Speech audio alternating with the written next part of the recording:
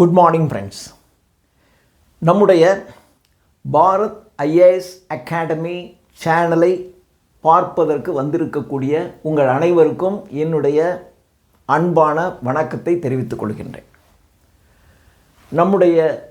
ஏற்கனவே நம்முடைய channel Bharat English academy என்ற ஒரு சேனல். அந்த சேனலில் கிட்டத்தட்ட ஒரு 46,000-47,000 சப்ஸ்கிரைபர்ஸ் இருக்கீங்க. அதில் நிறைய பேர் அந்த அகாடமியில் இருக்கிற வீடியோஸ் பார்த்துட்டு எனக்கு வேலை கிடைச்சிருக்கு என்று நேராக வந்து நிறைய பேர் சொல்லியிருக்கீங்க. சிலர் ஃபோனில் பேசியிருக்கீங்க. ரொம்ப சந்தோஷமாக இருக்கும். அந்த சேனலில் நீங்கள் கொடுக்குற கமெண்ட்ஸ் ஒன்றொன்றும் என்னை ரொம்ப இன்ஸ்பயர் பண்ணும். ஏன்னா அந்த கமெண்ட்ஸ் எல்லாமே அது something from the bottom of your heart, உங்களுடைய இதயத்தின் அடித்தளத்திலிருந்து வருகின்ற அந்த கமெண்ட்ஸ். அதை நான் பார்த்து ரொம்ப சந்தோஷப்படுறேன். ஸோ நாம் ஏதோ இந்த சமுதாயத்தில் ஒரு சின்ன சேவை செய்து கொண்டிருக்கின்றோம் என்கின்ற ஒரு மன திருப்தியை எனக்கு அந்த கமெண்ட்ஸ்லாம் கொடுக்கும். அப்போ எனக்கு உதித்த ஒரு ஐடியா, இது ரொம்ப நாளாகவே எனக்கு இந்த ஐடியா இருந்துகிட்டே இருந்துச்சு. நாம் ஒரு 100 ஐஏஎஸ் ஆஃபீஸர்ஸை உருவாக்கணும். இந்த மாதிரி ஒரு பிஜிடிஆர்பி ஒரு டீச்சர்ஸை உருவாக்குறோம், நம்மளால் செய்ய முடியுது. ஏன் நாம் ஒரு 100 ஐஏஎஸ் பர்சன்ஸை நம்ம ஏன் உருவாக்கக்கூடாது என்று நான் ரொம்ப நாளாகவே என்னுடைய மனசில் ஓடிக்கிட்டே இருந்துச்சு. இப்போது அது சம்பந்தமான எல்லா சிலபஸ் எல்லாத்தையும் போட்டு ஆராய்ந்து பார்த்து இப்போது அதை ஸ்டார்ட் பண்ணியிருக்கேன். அதுதான் இந்த முதல் வீடியோ. இதனுடைய டார்கெட் 100 ஐஏஎஸ். இதுதான் இதனுடைய ஸ்லோகன். இந்த பாரத் ஐஏஎஸ் அகாடமியினுடைய ஸ்லோகன் டார்கெட் 100 ஐஏஎஸ். 100 ஐஏஎஸ் என்பது என்னுடைய குறிக்கோள். இதில் நான் group 4, group 2, 2A, group 1, group IAS இந்த சிலபஸ் எல்லாத்தையும் நான் வந்து ஸ்டடி பண்ணியிருக்கேன். இதில் பார்த்தீங்கன்னா எல்லா சிலபஸும் ஒன்றோட ஒன்று அப்படியே லிங்க் ஆகி தான் இருக்குது. எல்லாத்துக்குள்ளே ஒரு லிங்க் இருக்குது. திருப்பி திருப்பி திருப்பி இதுக்குள்ளே தான் உங்கள் சிலபஸே. நான் பார்க்குறேன் குரூப் 4ல் இருக்கிற சிலபஸ் இந்தியன் பாலிட்டி இருக்குது, ஹிஸ்ட்ரி இருக்குது, ஐஏஎஸ்லையும் இருக்குது, அதுலேயும் இருக்குது. என்ன இதில் ஒரு மெட்ரிகுலேஷன் லெவலில் கேட்பாங்க.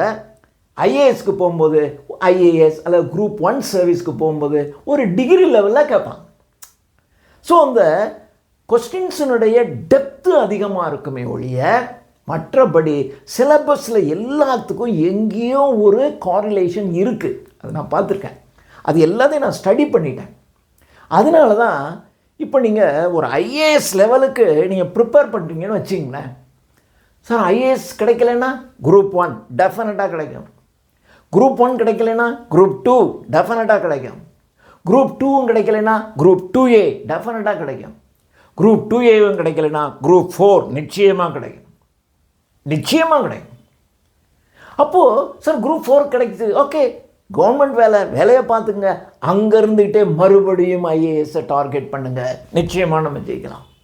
ஸோ ஒரு 100 ஐஏஎஸ்ஸை உருவாக்குறது என்பது எனக்கு ஒரு கஷ்டமான வேலை மாதிரியே தெரியல.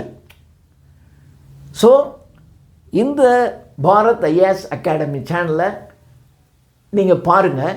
நிச்சயமாக இந்த சிலபஸுக்கு ஒரு சின்சியரான ஒரு நேர்மையான வீடியோவை நான் போடுவேன். நான் இதுக்கப்புறம் நிறைய ஒரு நாள் பூரா பல மணி நேரம் உட்காந்து இந்த குரூப் 1, குரூப் 4 ஐஏஎஸ் இந்த மாதிரியான நிறைய சேனல்ஸை பார்க்குறேன்.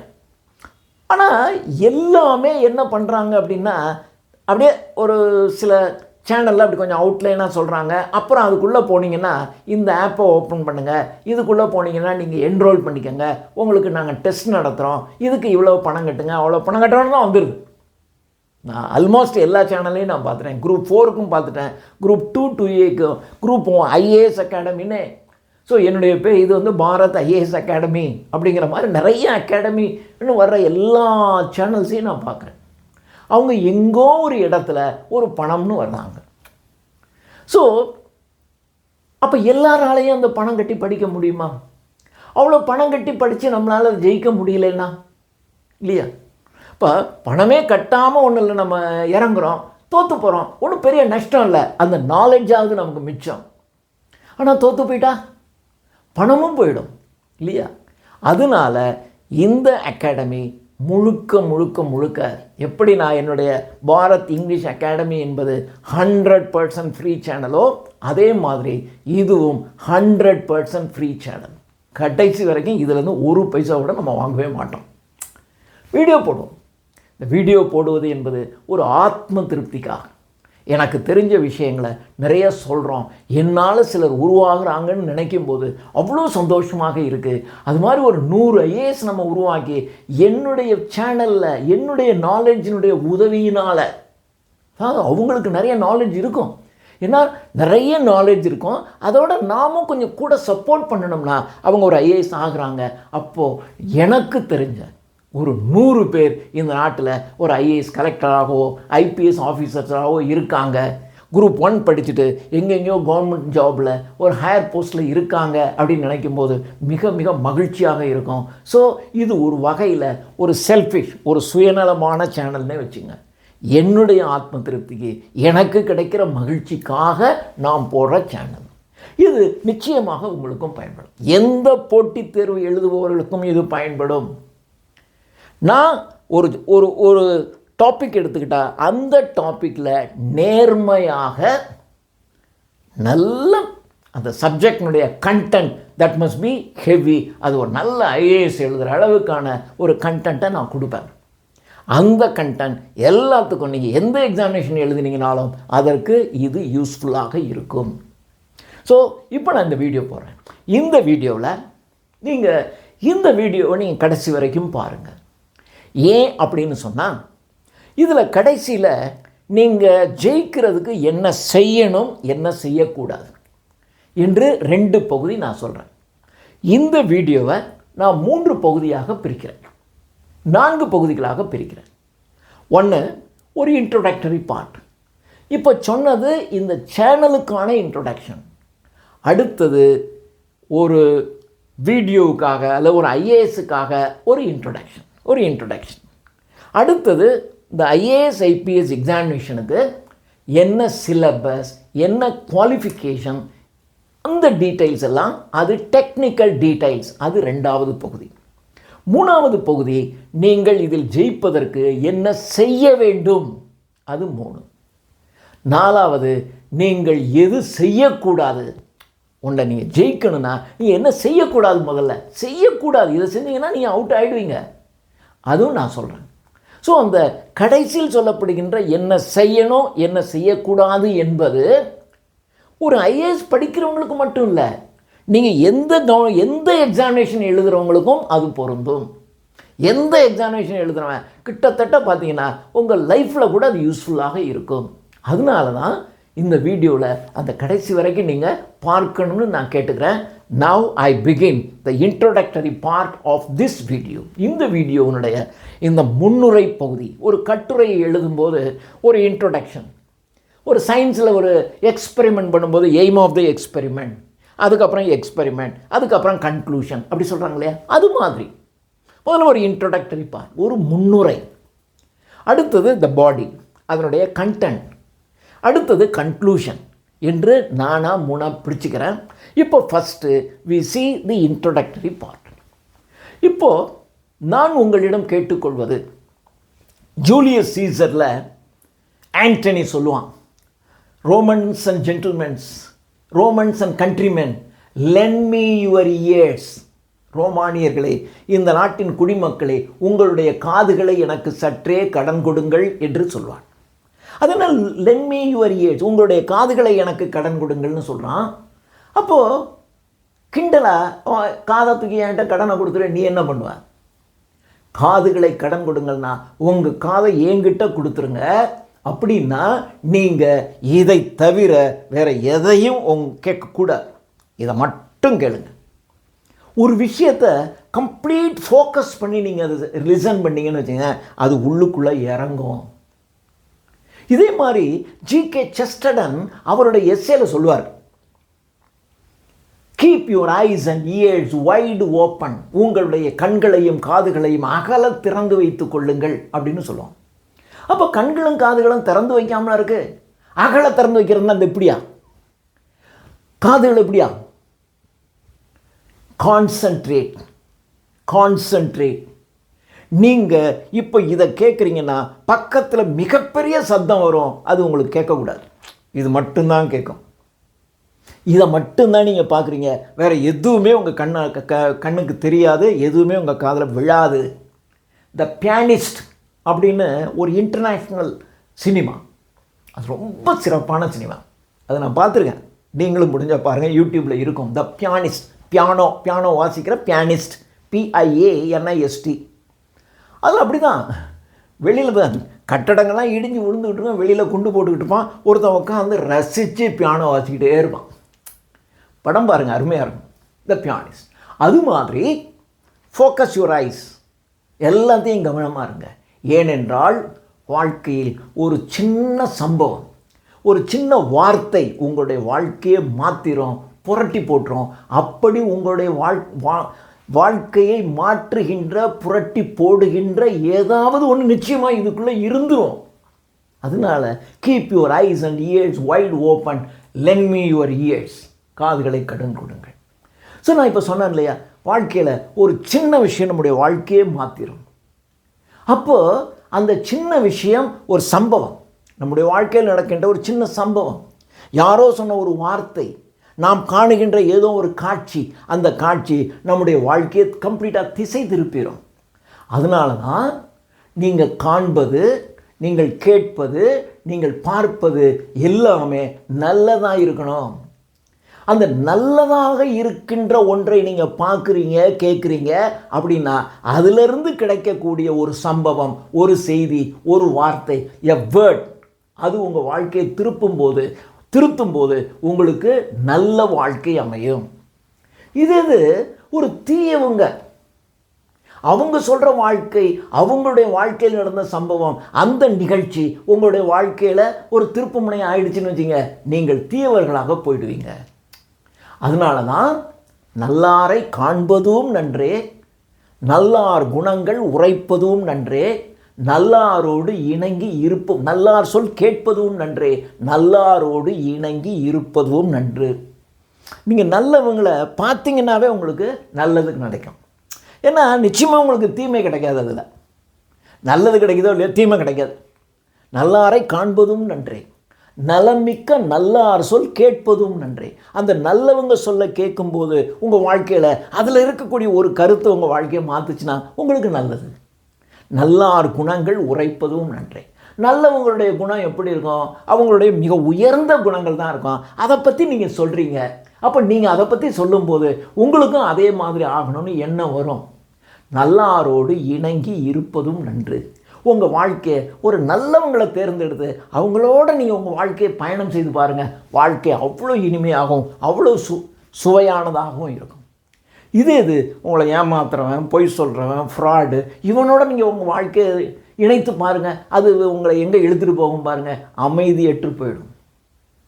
அதைத்தான் தீயாரை காண்பதும் தீதே, திருவற்ற தீயார் குணங்கள் உரைப்பதும் தீது, தீயாரோடு இணங்கி இருப்பதும் தீது, எல்லாமே தீது. அதனால தான் இந்ததை கேளுங்க. நல்ல உங்களுடைய நட்பு, நல்ல உங்களுடைய பழக்கம், நல்ல வார்த்தைகள், இவைகள் உங்களுடைய வாழ்க்கையை நல்ல மாற்றத்தை கொடுக்கும். இந்த வீடியோவில் இருக்கிற ஏதாவது ஒன்று உங்களுடைய வாழ்க்கையில், அல்லது நாமளும் IAS எழுதலாம் அப்படின்னு நீங்கள் முடிவு எடுத்தீங்கன்னு வச்சிங்களேன், அதுவே உங்கள் வாழ்க்கையில் மிகப்பெரிய திருப்புமுனை தானே இல்லையா? அவர் சார் சொல்கிறாரு, IASக்கு ப்ரிப்பேர் பண்ணால் குரூப் 1 ஜெயிக்கலாம், குரூப் 1 விட்டு போச்சுன்னா குரூப் 2 ஜெயிக்கலாம், குரூப் 2A ஜெயிக்கலாம், குரூப் 4 ஜெயிக்கலாம், எப்படி இருந்தாலும் நம்மளால் ஜெயிக்க முடியும் என்கின்ற கான்ஃபிடன்ஸ் உங்களுக்கு கிரியேட் ஆகுதுன்னு வச்சிங்களேன், அதுவே இந்த வீடியோவுடைய மிகப்பெரிய சக்ஸஸ் இல்லையா? So this is our introduction. அதுக்கப்புறம் IAS. இந்த IASக்கு வாட் இஸ் த குவாலிஃபிகேஷன்?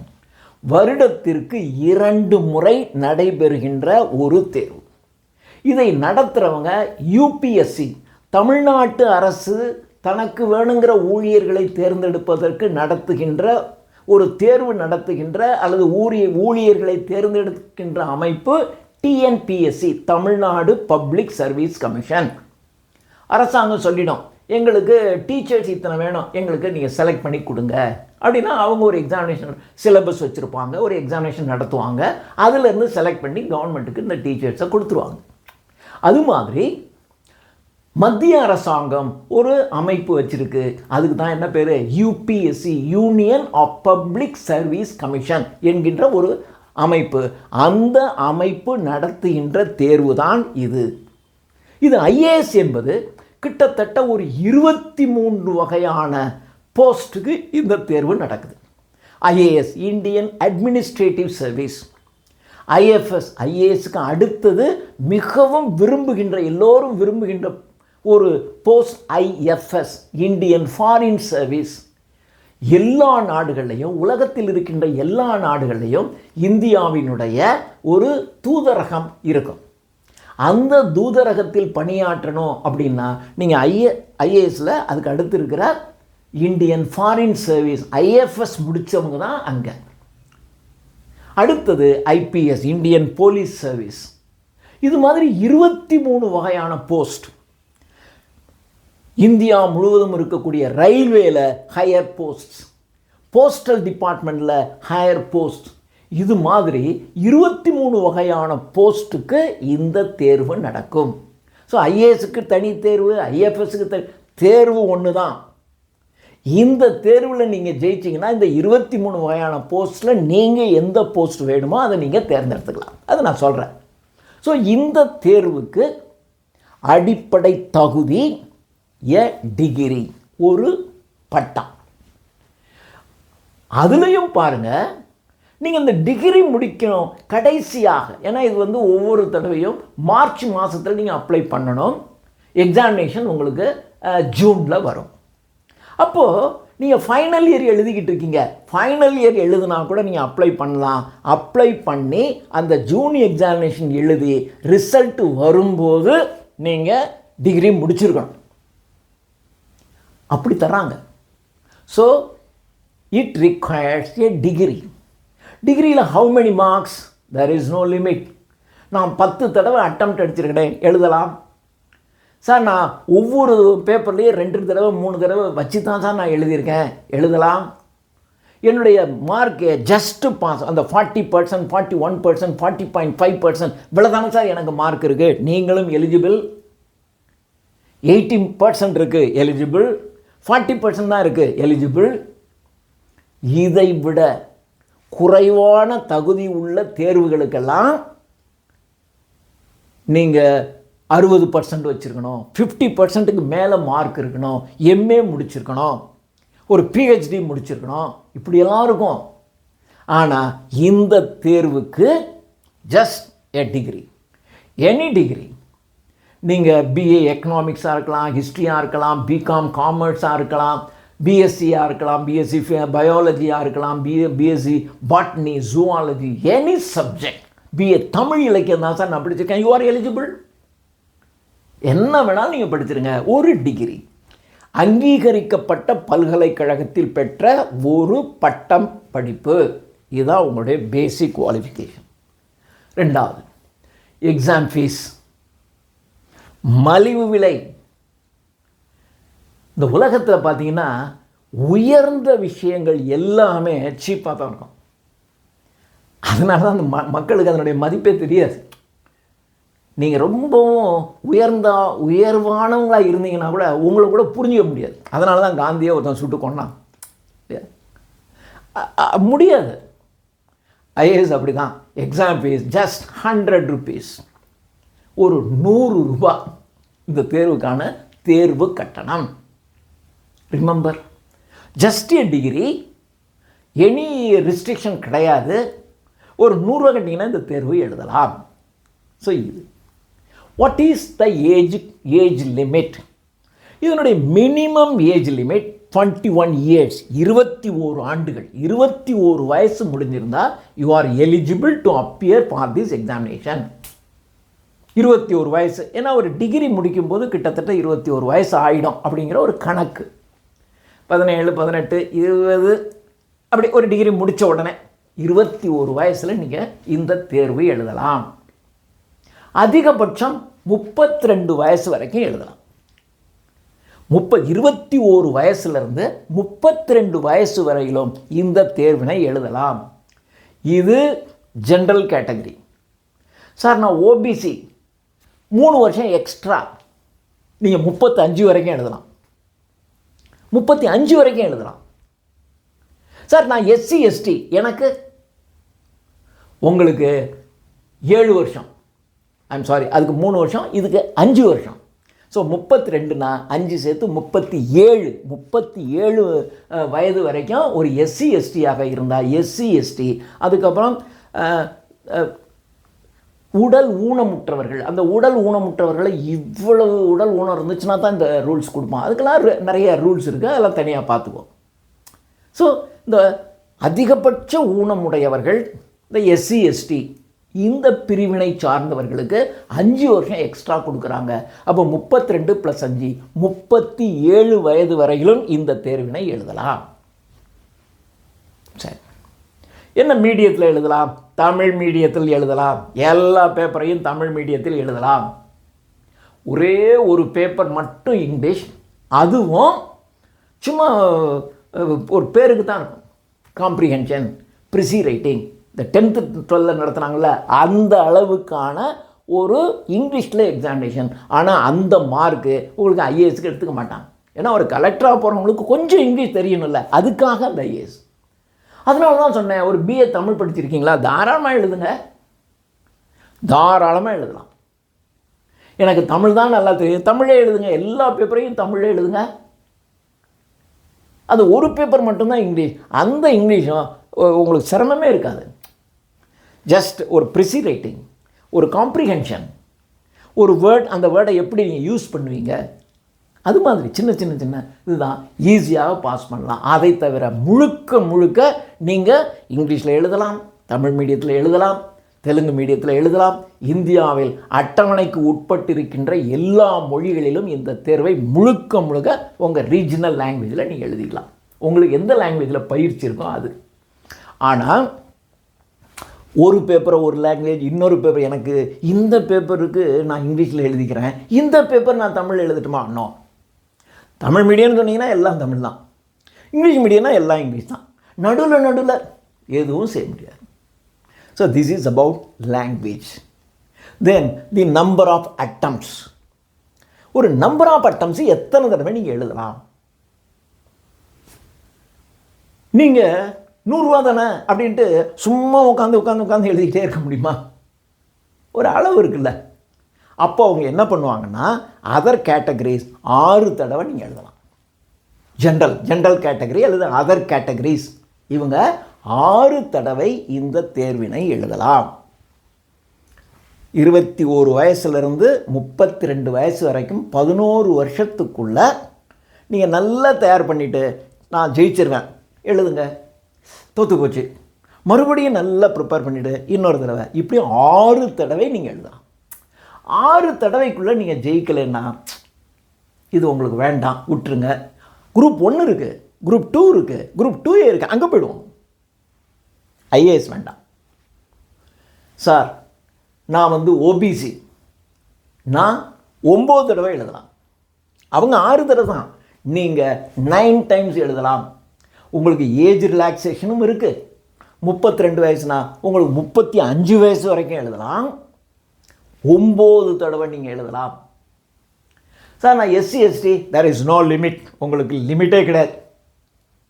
உங்களுக்கு 32 வயசு எல்லாருக்கும், ஓபிசிக்கு 35 வயசு, உங்களுக்கு 37 வயசு, 21 வயசுலேருந்து 37 வயசு வரைக்கும் 6 மாதத்துக்கு ஒருக்கா எழுதிக்கிட்டே இருக்கலாம்.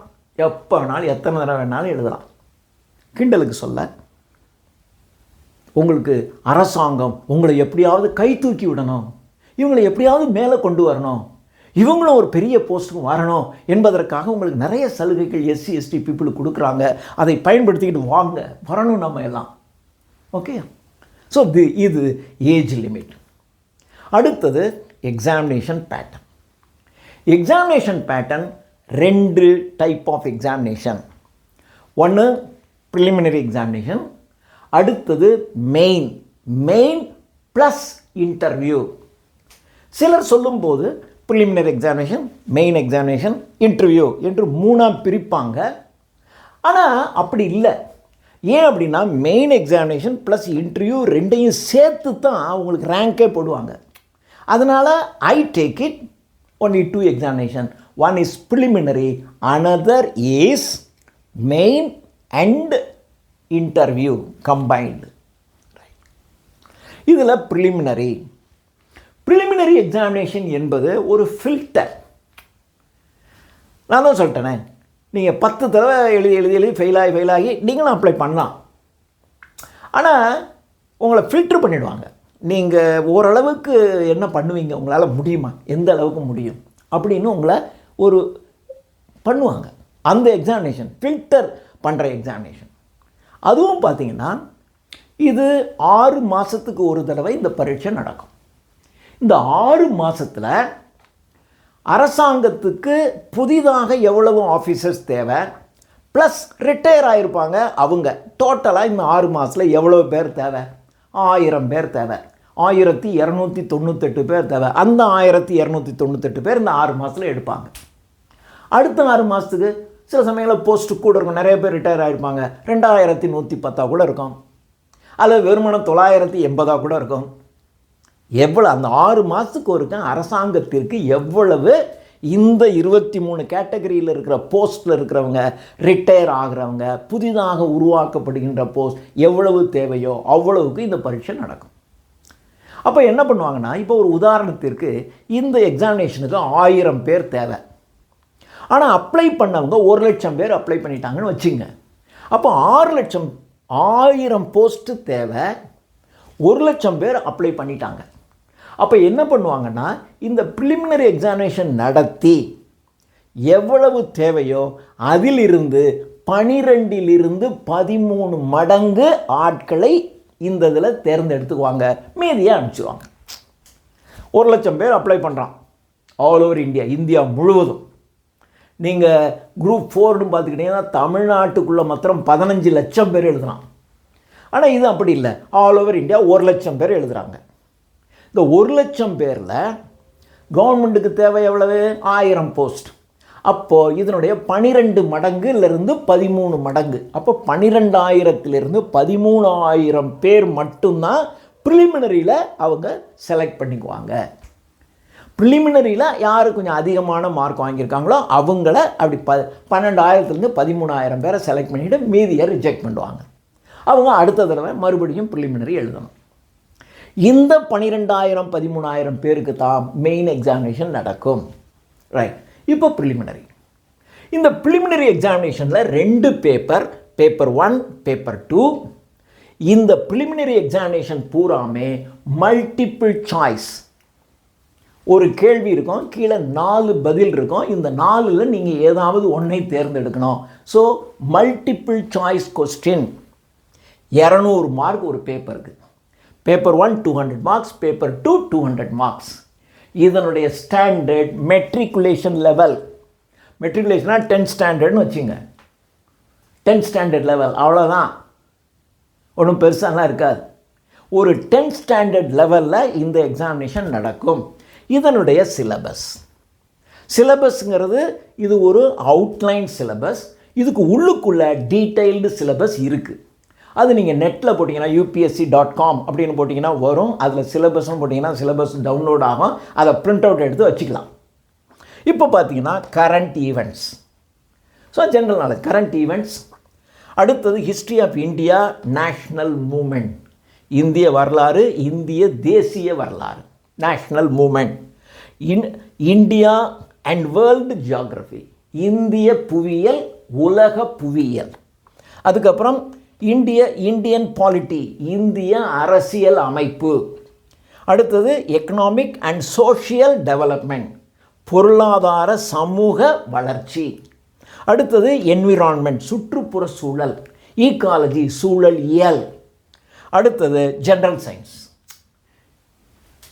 சார் என்ன சார் இவ்வளோ மெட்ரிகுலேஷன் லெவல், நீங்கள் 6லேருந்து 10 12 வரைக்கும்னு வச்சிங்களேன், அதுக்குள்ளுக்குள்ளே இருக்கக்கூடிய ஹிஸ்ட்ரி ஜாகிரஃபி புக்கை மாத்திரம் படிச்சிங்கன்னா இது பாஸ் பண்ணிடலாம். Paper 2 comprehension. இது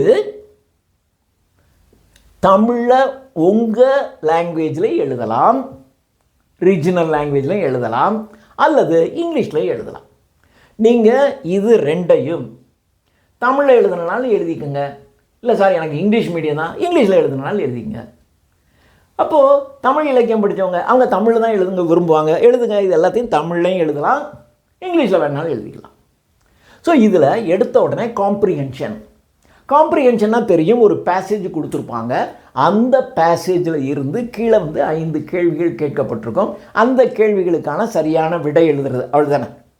அந்த விடை கீழே 4 விடை கொடுத்துருமா, இந்த கேள்விக்கு இந்த 4 விடையில் எது சரியான விடை, அந்த பேசேஜை படிச்சிங்கன்னா தான் உங்களுக்கு தெரியும், அதை டிக் பண்ணிக்கணும்.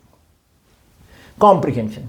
கம்யூனிகேஷன் ஸ்கில், ஒருத்தரோட ஒருத்தர் எப்படி கம்யூனிகேட் பண்ணுறது, லாஜிக்கல் ரீசனிங், டெசிஷன் மேக்கிங், எப்படி இது ஒரு பிரச்சனை, இந்த பிரச்சனையை நீங்கள் எப்படி தீர்ப்பீங்க, இந்த வழி இந்த வழி இந்த வழி இந்த வழி எது, டெசிஷன் மேக்கிங். அடுத்தது ப்ராப்ளம் சால்விங், ஒரு பிரச்சனைக்கான தீர்வு. ஜென்ரல் மென்டல் எபிலிட்டி, பேசிக் நியூமரசினா அடிப்படை கணிதம், ஜஸ்ட் ஒரு பேசிக் நியூமரசி.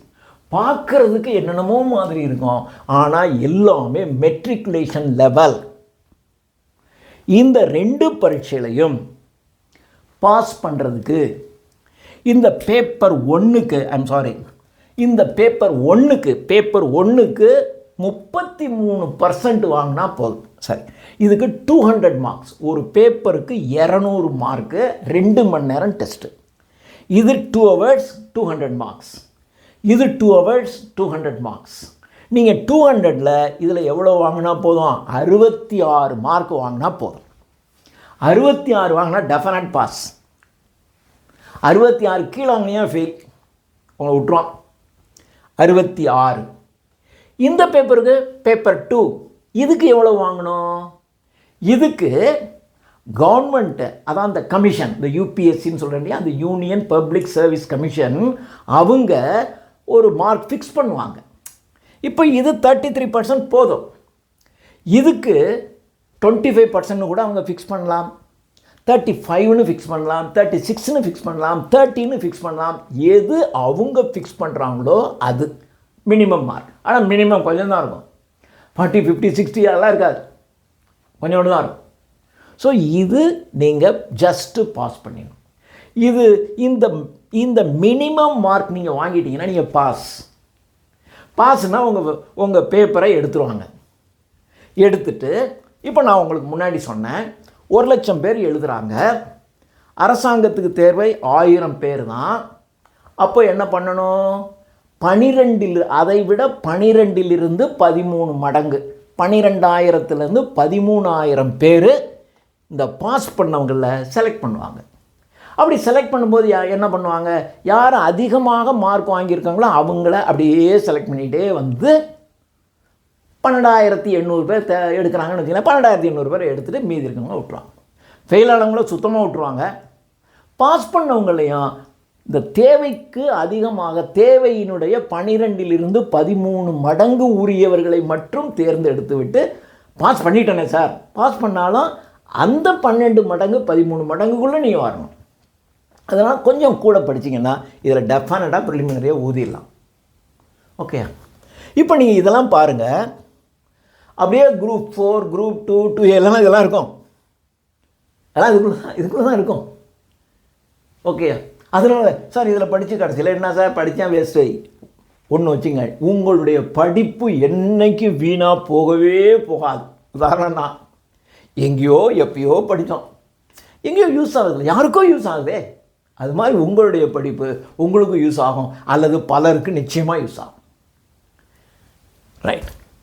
அப்புறம் இது மல்டிபிள் சாய்ஸ் கொஸ்டின்னு சொன்னேன்.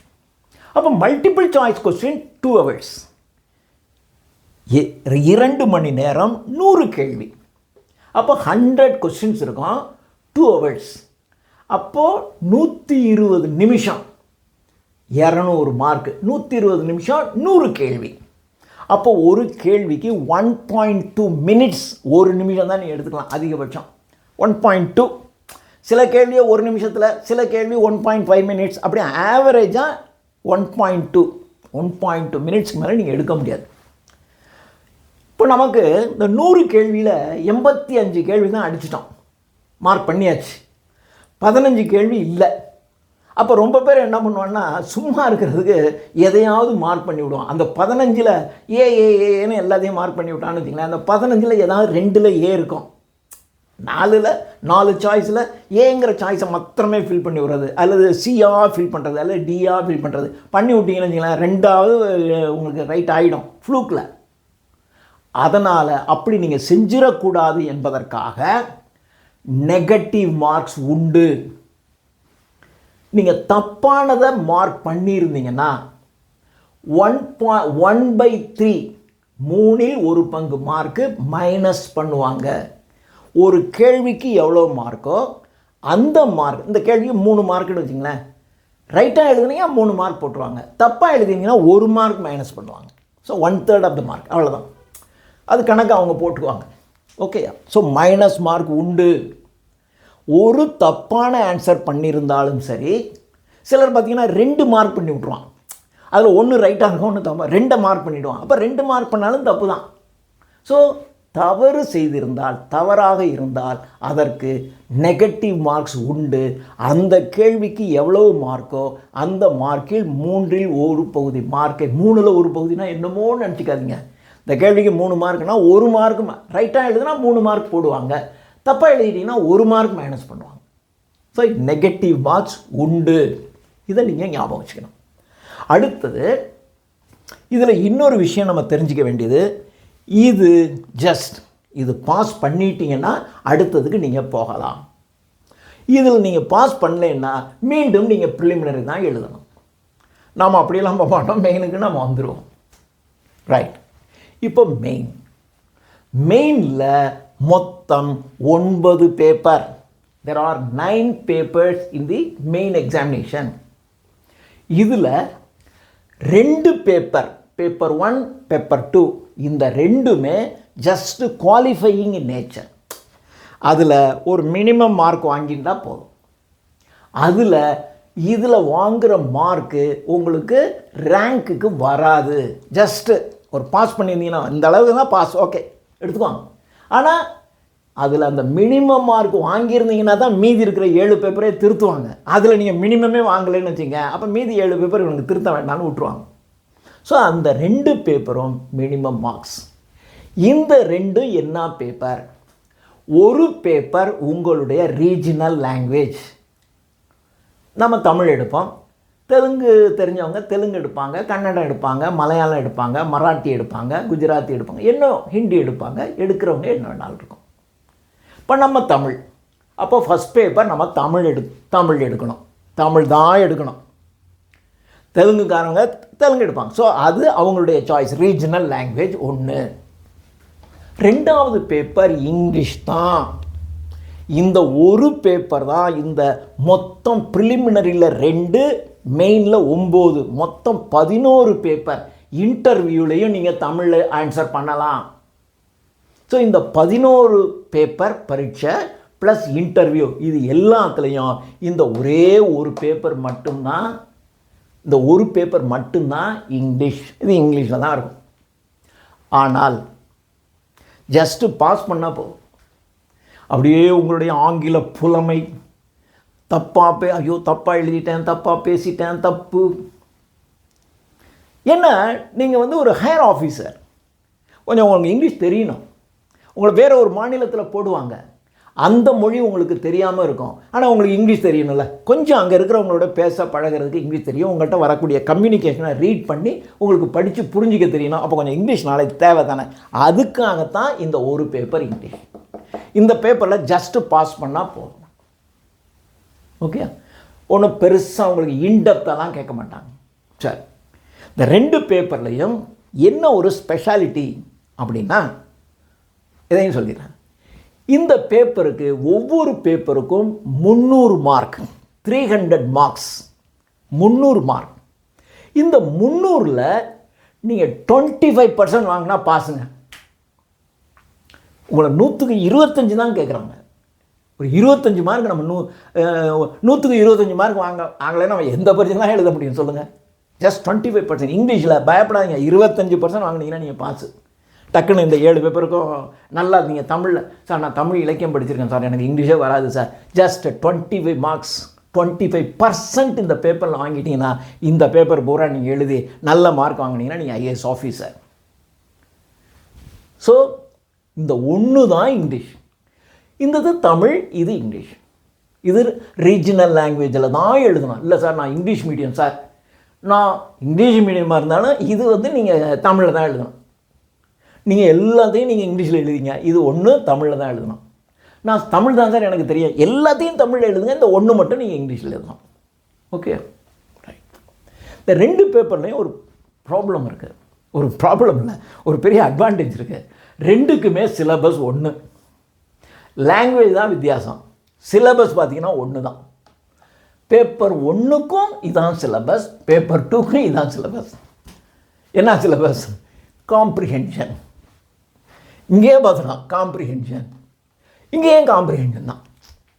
ஒரு பேசேஜ் கொடுப்பாங்க, பட் இந்த மெயின் எக்ஸாமினேஷன் பூரா ரிட்டர்ன் எக்ஸாமினேஷன். இது multiple choice. Preliminary is a multiple choice questions. ஆனால் இது எல்லாமே ரைட்டிங் எக்ஸாமினேஷன், நீங்கள் எழுதணும். இதில் காம்ப்ரிஹென்ஷன் இருக்குது. ஒரு பேசேஜ் இருக்கும், கீழே கேள்வி இருக்கும், அந்த கேள்விக்கான பாசிபிள் ஆன்சரை கீழே 4 கொடுத்துருப்பாங்க, அதில் நீங்கள் தான் ஒன்றை டிக் பண்ணால் போதும். இதில் அப்படி இல்லை, அந்த பேசேஜ் இருக்கும், கீழே கேள்வி இருக்கும், அந்த கேள்விக்கான பதில் என்னன்னு நீங்கள் எழுதணும். அப்போ நீங்கள் எழுதும்போது தப்பு இல்லாமல் தமிழ் எழுதுறீங்களா, ஓரளவுக்கு தப்பு இல்லாமல் இங்கிலீஷ் எழுதுறீங்களா, அது பார்த்துருவாங்க. 25% வாங்குறதுக்கு போதும். காம்ப்ரிஹென்ஷன், இது தமிழ் எழுதுனா, இது இங்கிலீஷில் எழுதணும். இது எழுதும்போது இங்கிலீஷில் பேசேஜ் இருக்கும், கீழே 5 கேள்வி இருக்கும், இந்த கேள்விக்கான பதிலை நீங்கள் இங்கிலீஷில் எழுதணும். இதுலேயும் அதே மாதிரி தமிழில் ஒரு பேசேஜ் கொடுத்துருப்பாங்க, கீழே 5 கேள்வி தமிழில் இருக்கும். இந்த தமிழில் இருக்கிற கேள்விக்கு இதில் இருந்து பார்த்து தமிழில் ஆன்சர் எழுதணும், அவ்வளோதான். அடுத்தது ப்ரிசி ரைட்டிங். ப்ரிசி ரைட்டிங், சுருக்கி வரைக. எல்லாம் நீங்கள் 8th 9th 10th படித்தது தான். சுருக்கி வரைக. ஒரு பேசேஜ் கொடுத்துருப்பாங்க, இதில் தமிழில் கொடுத்துருப்பாங்க, இதில் இங்கிலீஷில் கொடுத்துருப்பாங்க, அவ்வளோதான். இது எத்தனை வார்த்தை இருக்கும்? 300 வார்த்தைகள் இருக்குதுன்னு வச்சுங்க. அதில் 1/3 100. அப்போ அதில் இருக்கிற விஷயத்தை 100 வார்த்தைகளில் நீங்கள் எழுதணும். இதில் தமிழ் எழுதணும், இதில் இங்கிலீஷில் எழுதணும், அவ்வளோதான். ஓகே. அடுத்தது ஷார்ட் எஸ்ஸே, ஒரு சின்ன ஒரு கட்டுரை. கட்டுரைனா 3 பக்கத்துக்குலாம் கிடையாது, சும்மா ஒரு 10 வரியில் ஒரு எஸ்ஸே எழுத சொல்லுவாங்க. ஏதாவது ஒரு டாபிக் கொடுப்பாங்க, அந்த டாப்பிக்கை அதாவது ஒரு 10 வரி உங்களுக்கு தமிழில் தப்பில்லாத, ஒரு தமிழில் தப்பில்லாத, ஓரளவுக்கு தப்பில்லாத இங்கிலீஷில் ஒரு 25% வாங்குகிற அளவுக்கு உங்களுக்கு இங்கிலீஷ்லேயே தமிழில் எழுத முடியுதா, அவ்வளோதான் கேட்குறாங்க. அப்படியே நீங்கள் 90 வாங்கினா சொல்லலை, தப்பாக இருக்குது, ஓகே. ஆனால் ஓரளவுக்கு நீங்கள் விஷயத்த சொல்கிறீங்க, ஆனால் நடுவில் கொஞ்சம் நிறையா கிராமர் தப்பெல்லாம் இருக்குது, பரவாயில்ல, 25% வாங்கிடலாம். அடுத்தது இது யூசேஜ் அண்ட் வெக்காபுலரி. ஒரு வார்த்தை, இந்த வார்த்தைக்கு என்ன மீனிங், இந்த வார்த்தையை ஒரு சென்டென்ஸில் பயன்படுத்தணும். களிறு தமிழில் கொடுத்துருவாங்க. அப்போ நீங்கள் என்ன பண்ணணும்? களிறு அப்படின்னா என்ன? யானை, ஆண் யானை. அப்புறம் அந்த ஆண் யானைங்கிறத நீங்கள் களிறு என்பதை ஒரு சென்டென்ஸில் நீங்கள் பயன்படுத்தி எழுதணும். சிம்பிள். அதே மாதிரி இதில் இங்கிலீஷில் ஒரு வேர்டு கொடுத்துருப்பாங்க, அந்த வேர்டுக்கு என்ன மீனிங், அந்த மீனிங்கை நீங்கள் அந்த ஒரு வார்த்தை, ஒரு சென்டென்ஸில் அந்த வேர்டை நீங்கள் எழுதணும். ஸோ சேம் சிலபஸ் உடைய 2 பேப்பர், லாங்குவேஜ் தான் டிஃப்ரென்ஸ். ஜஸ்ட்டு 25% மார்க் வாங்கினீங்கன்னா போதும், ஜஸ்ட்டு 25% மார்க் வாங்கினீங்கன்னா போதும். இதில் நீங்கள் அந்த 25% மார்க் வாங்கிட்டீங்கன்னா அடுத்த 7 பேப்பர் இருக்குது. இந்த பேப்பர் தான் உங்களுக்கு ஐஏஎஸ், இந்த பேப்பர் தான் உங்களுக்கு ஐபிஎஸ், ஐஆர்எஸ் எல்லாம். ஸோ யுவர் கான்சன்ட்ரேஷன் இதில் அந்த நாலேஜ் இருந்தால் போதும். இதில் கான்சன்ட்ரேஷன் ஃபுல். இப்போது இதில் பார்த்தீங்கன்னா ஒரு பேப்பர் எஸ்ஏ தமிழில் நீங்கள் இங்கிலீஷ் மீடியம் அப்படின்னா இங்கிலீஷில் எழுதணும் இந்த எஸ்ஏ, அவ்வளோதான்.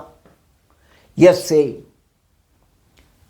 ஒரு சின்ன சின்ன எஸ்ஏஸ், ஒரு 4-5 எஸ்ஏ கேட்பாங்கன்னு வச்சுக்கோங்களேன். அந்த ஒரு பக்கத்தில் எழுது, இதை பற்றி நீ ஒரு பக்கத்தில் எழுது. இந்தியாவில் உள்ள சாதிய அமைப்பு, இதை பற்றி நீ ஒரு கட்டுரை எழுது. இந்தியாவின் பொருளாதார முன்னேற்றம், ஒரு கட்டுரை எழுது. சம்திங் லைக் திஸ் கேட்கலாம்.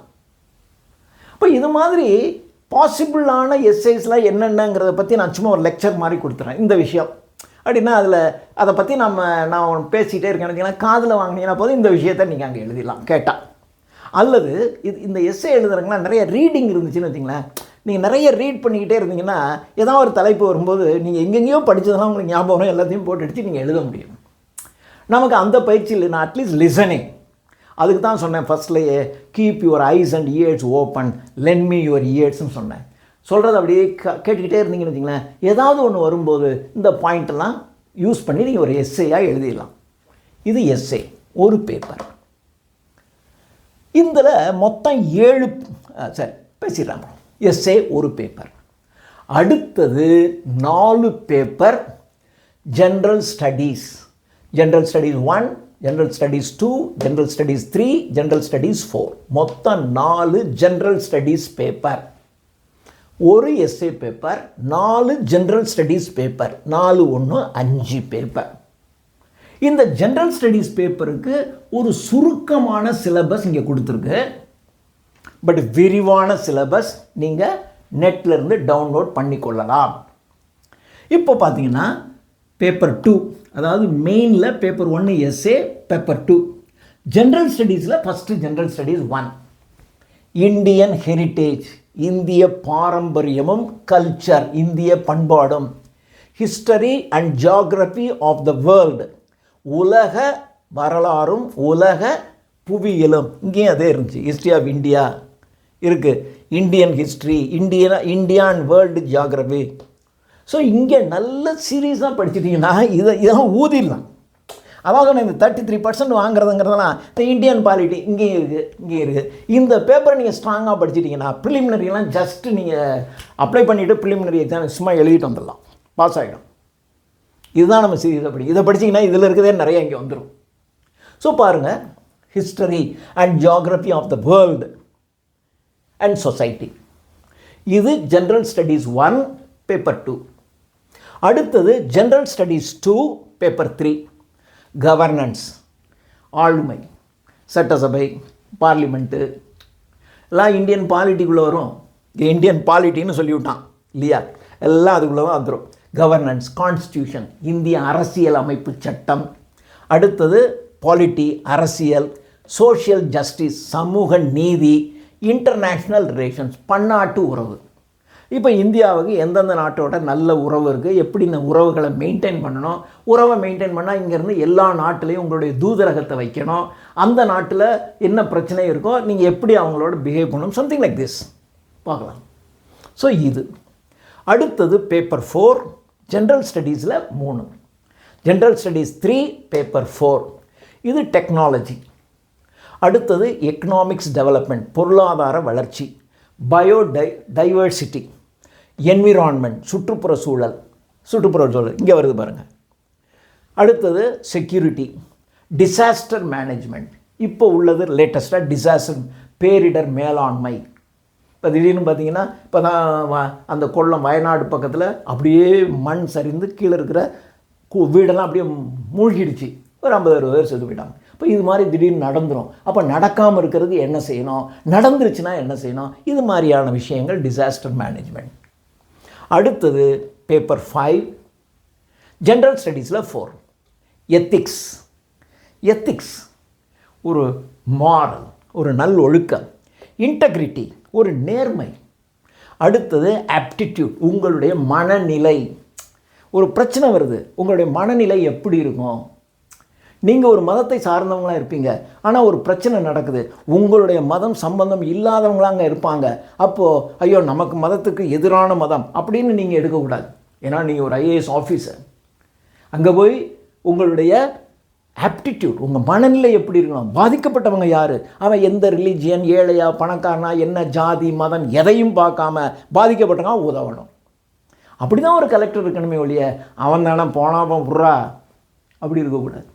உங்களுடைய ஆப்டிடியூட் எப்படி இருக்குது, அவன் கேட்குற கேள்வியிலேருந்து நீங்கள் கொடுக்குற பதிலிருந்து நீங்கள் என்ன மாதிரி ஆப்டிடியூட் பர்சன். சிலர் பார்த்தீங்கன்னா நல்லதே நினைப்பாங்க, நல்லதே பேசுவாங்க. சிலர் பார்த்தீங்கன்னா குயுக்தியாக யோசிப்பாங்க, குயுக்தியாக செயல்படுவாங்க. ஆப்டிடியூட். ஸோ இதை ஆப்டிடியூட்னா அந்த குவான்டிடேட்டிவ் ஆப்டிடியூட் அந்த மாதிரி ஆப்டிடியூட் கிடையாது. இது குவான்டிடேட்டிவ் ஆப்டிடியூட்னு ஆர்எஸ் அகர்வால் புக்கு அதை படிக்கணும் போல இருக்குது, அது கிடையாது. ஸோ இது ஜென்ரல் ஸ்டடீஸ் 5 பேப்பர். அடுத்த 2 paper optional paper. Optional paper என்பது அவங்க ஒரு லிஸ்ட் ஆஃப் பேப்பர்ஸ் கொடுத்துருப்பாங்க. அதில் இருந்து கிட்டத்தட்ட ஒரு 33 பேப்பர், 33 சப்ஜெக்ட் நினைக்கிறேன் கொடுத்துருப்பாங்க. அதில் நீங்கள் என்ன வேணுமோ அதை தேர்ந்தெடுத்துக்கணும். அதில் 2 பேப்பர். சப்போஸ் நீங்கள் தமிழ் இலக்கியம் படிச்சிருக்கீங்க, அப்போ நீங்கள் தமிழ் இலக்கியத்தில் தமிழ் லிட்ரேச்சர் 2 பேப்பர் இருக்கும், அதை நீங்கள் எடுத்துக்கலாம். முழுக்க முழுக்க தமிழ் இலக்கியம் சம்பந்தமான பேப்பர் தான் 1, 2. சார் நான் இங்கிலீஷ் லிட்ரேச்சர் படிச்சிருக்கேன். ஓகே, இங்கிலீஷ் லிட்ரேச்சர் படிச்சிருக்கீங்க அப்படின்னா பேப்பர் 1 பேப்பர் 2 இங்கிலீஷ் லிட்ரேச்சரில் தான் இருக்கும். முழுக்க முழுக்க பேக்கன் எஸ்ஏ எழுதுனது, வேர்ட்ஸ்வொர்த்தை பற்றி, கீட்ஸை பற்றி, ஏகே ராமானுஜன் பற்றி, இது மாதிரி தான் கேள்விங்களாம் இருக்கும். அவங்க எழுதின போய்ட்ரி, அவங்க எழுதின ட்ராமா, இப்படி தான் இருக்கும். நீங்கள் லிட்ரேச்சர் எக்ஸாமினேஷன் எழுதுகிற மாதிரி தான் இருக்கும் இது 2மே. சார் நான் எக்கனாமிக்ஸ் படிச்சிருக்கேன், எக்கனாமிக்ஸ் 2 பேப்பர். நான் மேக்ஸ் படிச்சிருக்கேன், மேத்தமெட்டிக்ஸில் 2 பேப்பர். ஆனால் இது எப்படி இருக்குன்னு கேட்டிங்கன்னா, அந்த ஆப்ஷனல் பேப்பர் 2ம் உங்கள் பிஏ லெவலை விட கொஞ்சம் கூட இருக்கும். நீங்கள் ஃபிசிக்ஸ், பிஎஸ்சி ஃபிசிக்ஸ் சிலபஸை விட கொஞ்சம் கூட இருக்கும். ஆனால் எம்எஸ்சி ஃபிசிக்ஸ் அளவுலாம் இருக்காது. எம்எஸ்சி ஃபிசிக்ஸ் தான் விட ரொம்ப குறைச்ச, ஆனால் கொஞ்சம் பிஎஸ்சி ஃபிசிக்ஸை விட கொஞ்சம் கூட இருக்கும். சிலபஸ் இருக்குது. அந்த சிலபஸ் தான் நீங்கள் படிக்க போகிறீங்க. ஸோ இதெல்லாம் அப்படி தான் கணக்கு. ஹிஸ்ட்ரி, நீங்கள் பிஏ ஹிஸ்ட்ரி படிச்சிருப்பீங்க. ஆனால் இங்கேயும் ஹிஸ்ட்ரி எடுத்துக்கிட்டு 2 paper, history 1 history 2. ஆப்ஷனலில் 2 paper, paper 1 paper 2, history 1 history 2. அதுலேயும் பார்த்தீங்கன்னா முழுக்க 2 பேப்பர் ஹிஸ்ட்ரி. ஸோ இந்த 2ம் நீங்கள் படித்த சப்ஜெக்டு. ஒரு டிகிரி ஃபஸ்ட் இயர் படிக்கிறவன் இந்த சிலபஸை வாங்கி வச்சுட்டு டிகிரி ஃபஸ்ட் இயர் படிக்கும்போதே இந்த 2 பேப்பரையும் இங்கே சேர்ந்து படிச்சுட்டேன்னா இந்த 2 பேப்பர் முடிஞ்சு போச்சு, எழுதிடலாம். இந்த 2 பேப்பர் எப்பயுமே ரெடி. இந்த 2 பேப்பரும் இந்த 2 பேப்பரும் சும்மா டம்மி பீஸு. உங்கள் கான்சன்ட்ரேஷன் இந்த 5 பேப்பர் தான். பிஎஸ்சி ஃபிசிக்ஸ் இப்போயே சிலபஸை கையில் வாங்கி வச்சிங்க. உங்கள் வாத்தியார் நடத்தும் போதே இந்த சிலபஸ்லாம் நமக்கு 3 வருஷத்தில் சிலபஸில் இருக்குது, டிக் பண்ணிங்க. அவங்க நடத்தும் போது நல்லா கவனமாக கவனிங்க. அதில் இல்லாத கொஞ்சம் இருக்கும், அதை நீங்கள் கொஞ்சம் தனியாக சார்கிட்டே கேட்டு அல்லது நீங்களாக அதுக்குரிய புக்ஸை வாங்கி கொஞ்சம் நீங்கள் ப்ரிப்பேர் பண்ணிக்கலாம். ஃபிசிக்ஸ் அதே மாதிரி மேத்தமெட்டிக்ஸ் எனிதிங். இதில் எல்லாமே இந்த மாதிரி பேப்பர்ஸ் தான் இருக்கும். இன்ஜினியரிங் இருக்கிறவங்களுக்கு இன்ஜினியரிங் உள்ள 10 இருக்கும், அதெல்லாம் இருக்காது. இன்ஜினியரிங்கில் சிவில் இன்ஜினியரிங் இருக்கும், மெக்கானிக்கல் இன்ஜினியரிங் இருக்கும், தென் எலக்ட்ரிக்கல் இன்ஜினியரிங். 3 இன்ஜினியரிங் தான் இருக்கும். சார் நான் electronic communication, computer science engineering அதெல்லாம் இருக்காது. ஒரு இன்ஜினியர் கேண்டிடேட்ஸ் கேன் அப்ளை, ஆனால் அவங்களுக்கு இது தான் இருக்கும். ஏன்னா இது கம்ப்யூட்டர் படித்ததுக்கும் ஆள் எடுக்கலை. பட் சிவில் சர்வீஸுக்கு சிவில் இன்ஜினியரிங் படிச்சிருக்கான்னு வச்சிங்களேன், அவனுடைய கட்டுமானம். இப்போ அரசாங்கத்தில் ஒரு ரோடு போடுறாங்க, அரசாங்கத்துக்கு ஏழைகளுக்காக ஒரு 100 வீடு கட்டி தர்றாங்க. அவன் ஒழுங்காக கட்டுறானான்னு தெரிஞ்சுக்கிறதுக்கு சிவில் இன்ஜினியரிங் நாலேஜ் வேணும்ல. அப்போ அந்த சிவில் இன்ஜினியரிங்கான அந்த நாலேஜ் வேணும். இவன் ஒன்றும் போய் எங்கேயோ கம்ப்யூட்டர் உட்காந்துக்கிட்டு ஜாவாவில், சியில் அல்லது C++ல ஏதோ பைத்தானில் ப்ரோக்ராம்லாம் செய்ய வேண்டிய வேலை இவனுக்கு. அந்த வேலை கிடையாது இவர் கலெக்டருக்கு, இல்லையா? அதனால் அவன் கம்ப்யூட்டர் இன்ஜினியரிங்லாம் சேர்க்கல இருக்க. அதனால் இன்ஜினியரிங்னா அந்த 3 தான். எம்பிபிஎஸ் முடித்தா அதுவும் ஒரு டிகிரி தான். Bachelor of medicine, bachelor of surgery, MBBS, இல்லையா? எம்பிபிஎஸ் படிச்சுட்டு அவங்களும் ஐஏஎஸ் எழுதலாம். ஆனால் அதுக்கு மெடிக்கலில் அது மெடிசின் அவ்வளோதான், ஒரே ஒரு பேப்பர். அந்த 1 2 பேப்பர் 1 பேப்பர் 2 அந்த சிலபஸை வச்சுக்கிட்டு ப்ரிப்பேர் பண்ணிக்க வேண்டியதான்.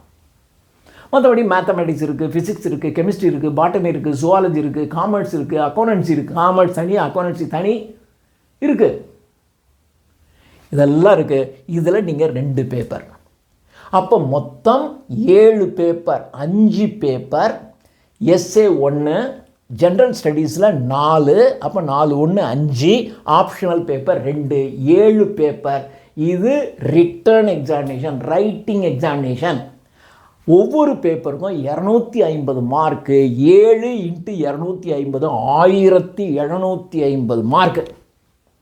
இதில் நீங்கள் எவ்வளோ மார்க் வாங்குறீங்களோ அதில் தான் நீங்கள் ஐஏஎஸ் போஸ்ட் வாங்குறது. இப்போ இது எப்படி பண்ணுவாங்கன்னா, இப்போது 1000 பேர் தேவை, 1,00,000 பேர் அப்ளை பண்ணியிருக்கான். அப்போ ப்ரிலிமினரி எழுதுன 1,00,000ல் 12,000லேருந்து 13,000 செலக்ட் பண்ணுவாங்கன்னு சொல்லியிருக்கேன் இல்லையா? இப்போ அந்த 12,000 அல்லது 13,000 பேர் தான் மெயின் எக்ஸாம் எழுதுவான். இதில் அவங்களுக்கு தேவை எவ்வளவு? 1000. 2 மடங்கு 2000 பேர் தான் இதிலேருந்து செலக்ட் பண்ணுவாங்க. மீதி 10,000 12,000 ப்ரிலிமினரியிலிருந்து 12,000 எடுத்தாங்க. இதில் 12,000 பேர் மெயின் எழுதுகிறான். அவங்களுக்கு தேவை 1000. 2 மடங்கு 2000 எடுத்துகிட்டு மீதி இருக்கவங்களாம் ஃபெயில். அதாவது அப்படி வச்சுக்குவாங்க. யார் இது அதிகமான மார்க்கு அவங்க ஃபஸ்ட்டு, செகண்டு, தேர்டு அப்படியே 2000 முடிஞ்ச உடனே அப்படியே கட் பண்ணிட்டு இவங்களை அனுப்பிச்சிடுவாங்க. அந்த 2000 பேருக்கு தான் இன்டர்வியூ. அவங்கள மாத்திரம் இன்டர்வியூ கூப்பிடுவாங்க. அப்போ இன்டர்வியூ கூப்பிட்டாங்கன்னாவே மெயின் கிளியர் ஆகிடுச்சு. இப்போ இன்டர்வியூ தமிழ்லையும் எழுதலாம், இங்கிலீஷ்லையும் எழுதலாம். இங்கிலீஷ்லையும் நீங்கள் சொல்லலாம், பதில் சொல்லலாம். அங்கே ஒரு பேனல் ஆஃப் 5 or 6 மெம்பர்ஸ் உட்காந்துருப்பாங்க.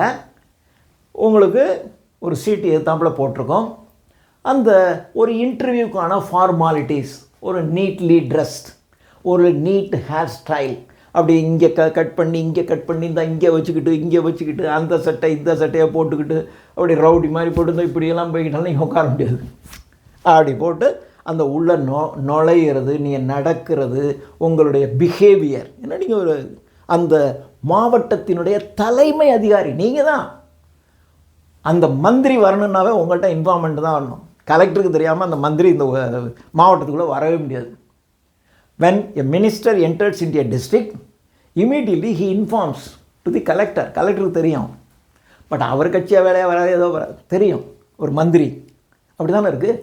அப்போது உங்களுக்கு அந்த பிஹேவியர் இருக்கணும். உங்களுக்கு பிடிக்காத கட்சிக்காரவங்க கூட மினிஸ்டராக இருப்பாங்க. அதனால் என்ன, அப்போது அவங்ககிட்ட போய் நீங்கள் கரடு முள்ளலாம் இல்லாமல் சினிமாவில் மாதிரி போயிட்டு நான் யார் தெரியுமா அப்படின்ட்டு அப்படி மந்திரியை நீ அடித்து பிடிச்சி, விஜயாக இருந்தால் செஞ்சுருவார். அப்படியே மந்திரியாக இருந்தாலும் அடிச்சுட்டு அப்புறம் தோல் மேலே கையெழுத்து போட்டுக்கிட்டு அப்படி வெளியில் விஜயகாந்த் அப்படி போட்டு அழைச்சிட்டு வந்து வெளியில் வந்து சிரிச்சுக்கிட்டே வரணும். அடி வாங்கணும், வெளியே சொல்லக்கூடாது அப்படின்ட்டு வந்து ஹீன்னு போ. அப்படிலாம் நீங்கள் இருக்க முடியாது. நீங்கள் ஒரு ஐஏஎஸ் ஆஃபீஸர், உங்களுக்கு பிடிக்காத மந்திரியாக இருப்பான், அவன் ஊழல் பண்ணவனாக இருப்பான். ஆனால் அவன் கூட தான் நீங்கள் பயணம் பண்ணணும். உங்கள் பிஹேவியர் எப்படி இருக்கணும், உங்களுக்கு என்ன சட்டம் இருக்காது சட்டப்படி நீங்கள் நேர்மையாக நடந்துக்கணும். அப்போ உங்களுடைய பிஹேவியர், உங்களை பற்றின அவ்வளோ டீட்டெயிலாக அந்த ஆஃபீஸர்ஸ் கையில் இருக்கும். நீங்கள் எங்கே பிறந்தீங்க, எந்த ஸ்கூலில் படித்தீங்க, எங்கே படித்தீங்க, எல்லா ரிப்போர்ட்ஸும் அவங்க கைக்கு வந்துடும். ஸ்கூலில் பண்ணது, காலேஜில் பண்ணது, என்னென்னலாம் பண்ணியிருக்கீங்க எல்லா டீட்டெயில்ஸும் மேக்ஸிமம் அவங்களுக்கு ரிப்போர்ட் இருக்கும். இப்போ அவங்க உங்களை பார்ப்பாங்க, கேள்வி கேட்பாங்க. சாதாரண கேள்விகள் தான் இருக்கும். ஆனால் நீங்கள் எப்படி பதில் சொல்கிறீங்க, உங்களுடைய ஸ்மைலிங், தெரியாதுங்கிறது கூட எவ்வளோ பொலைட்டாக சொல்கிறது இல்லையா? நீங்கள் சினிமா மாதிரி வச்சுக்கிட்டு நீங்கள் ஏற்கனவே அவ்வளோலாம் தேர்ந்தெடுத்து வச்சுக்கிட்டு தான் என்னை இன்டர்வியூ பண்ணுறீங்கன்னு எனக்கு தெரியும், இந்தாங்க உங்கள் தான் நீங்கள் வச்சுக்கங்க நான் போகிறேன்னா இதெல்லாம் பண்ண முடியாது.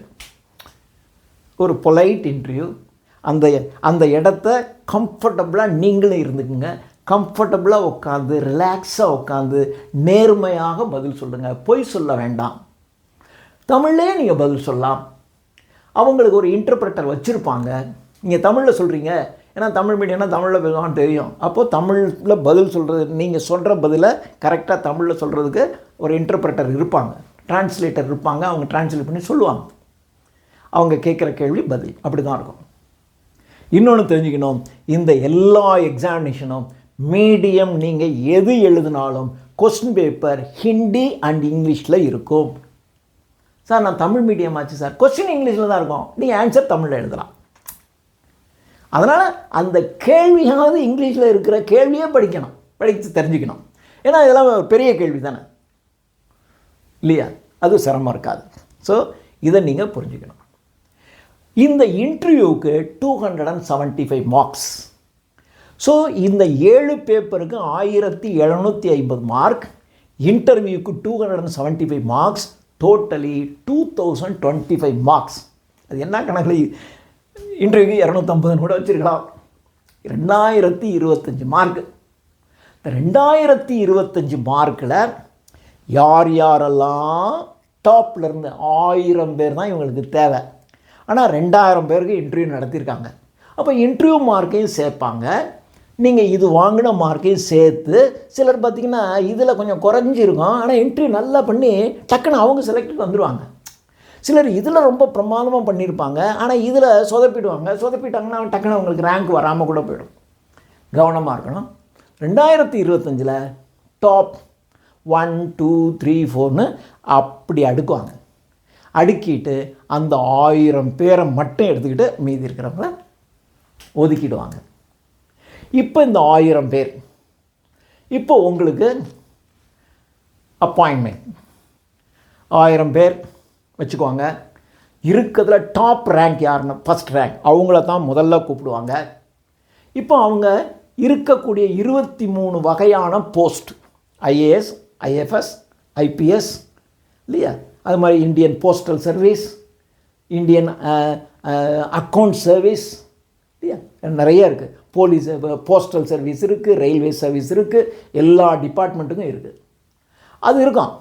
இதில் வந்து ஐஏஎஸ்க்கு 57 போஸ்ட்டு, ஐஎஃப்எஸ்க்கு 32 போஸ்ட்டு, ஐபிஎஸ்க்கு 67 போஸ்ட்டு, ரயில்வேக்கு 17 போஸ்ட்டு, இப்படி கணக்கு இருக்கும். இப்போ முதல்ல அதிகமாக ஃபஸ்ட் ரேங்க் அவரை கூப்பிடுவாங்க. தம்பி உனக்கு என்ன, இதில் இவ்வளோ போஸ்ட் காலி, உனக்கு என்ன வேணும்? அவர் வந்து எல்லாருக்கும் ஐஏஎஸ் எடுக்கணும்னு ஆசையாக இருக்கும், ஐஏஎஸ் சூஸ் பண்ணிவிடுவார். அப்போ அந்த ஆரம்பத்தில் மார்க் வாங்கினவங்களாம் தான் ஐஏஎஸ், ஐஎஃப்எஸ், ஐபிஎஸ் சூஸ் பண்ணிவிட்டு போய்டும். கொஞ்சம் பின்னாடி ரேங்க் இருக்கிறவங்க அந்த ஐஏஎஸ் எல்லாம் ஒரே லெவல் தான். வேறு ரயில்வேயில் அந்த போஸ்ட்டு கிடைக்கும், போஸ்டல் சர்வீஸில் உங்களுக்கு வேலை கிடைக்கும், அக்கௌண்ட்ஸில் டிபார்ட்மெண்ட்டில் ஹையஸ்ட், உங்கள் கண்ட்ரோல் இல்லாமல் கண்ட்ரோலர் ஆஃப் ஆடிட், அதனுடைய ஹையஸ்ட் போஸ்ட் உங்களுக்கு கிடைக்கும். அதில் நீங்கள் சூஸ் பண்ணிக்கணும். ரைட், சூஸ் பண்ணிக்கிறோம். மறுபடியும் எழுதுங்க, எனக்கு ஐஏஎஸ் வர்ற வரைக்கும் நான் விட மாட்டேன், எழுதுங்க, இன்னொரு தடவையும் நீங்கள் எழுதுங்க, இப்படி பண்ணலாம். ஸோ இதுதான் ஐஏஎஸ், ஐபிஎஸ்ஸை பொறுத்தவரையிலும் நீங்கள் தெரிந்து கொள்ள வேண்டியது. இப்போ நல்லா யோசிச்சு பாருங்கள், இந்த சிலபஸை கான்சென்ட்ரேட் பண்ணினால் ஐஏஎஸ்ஸே கிடைக்கும்.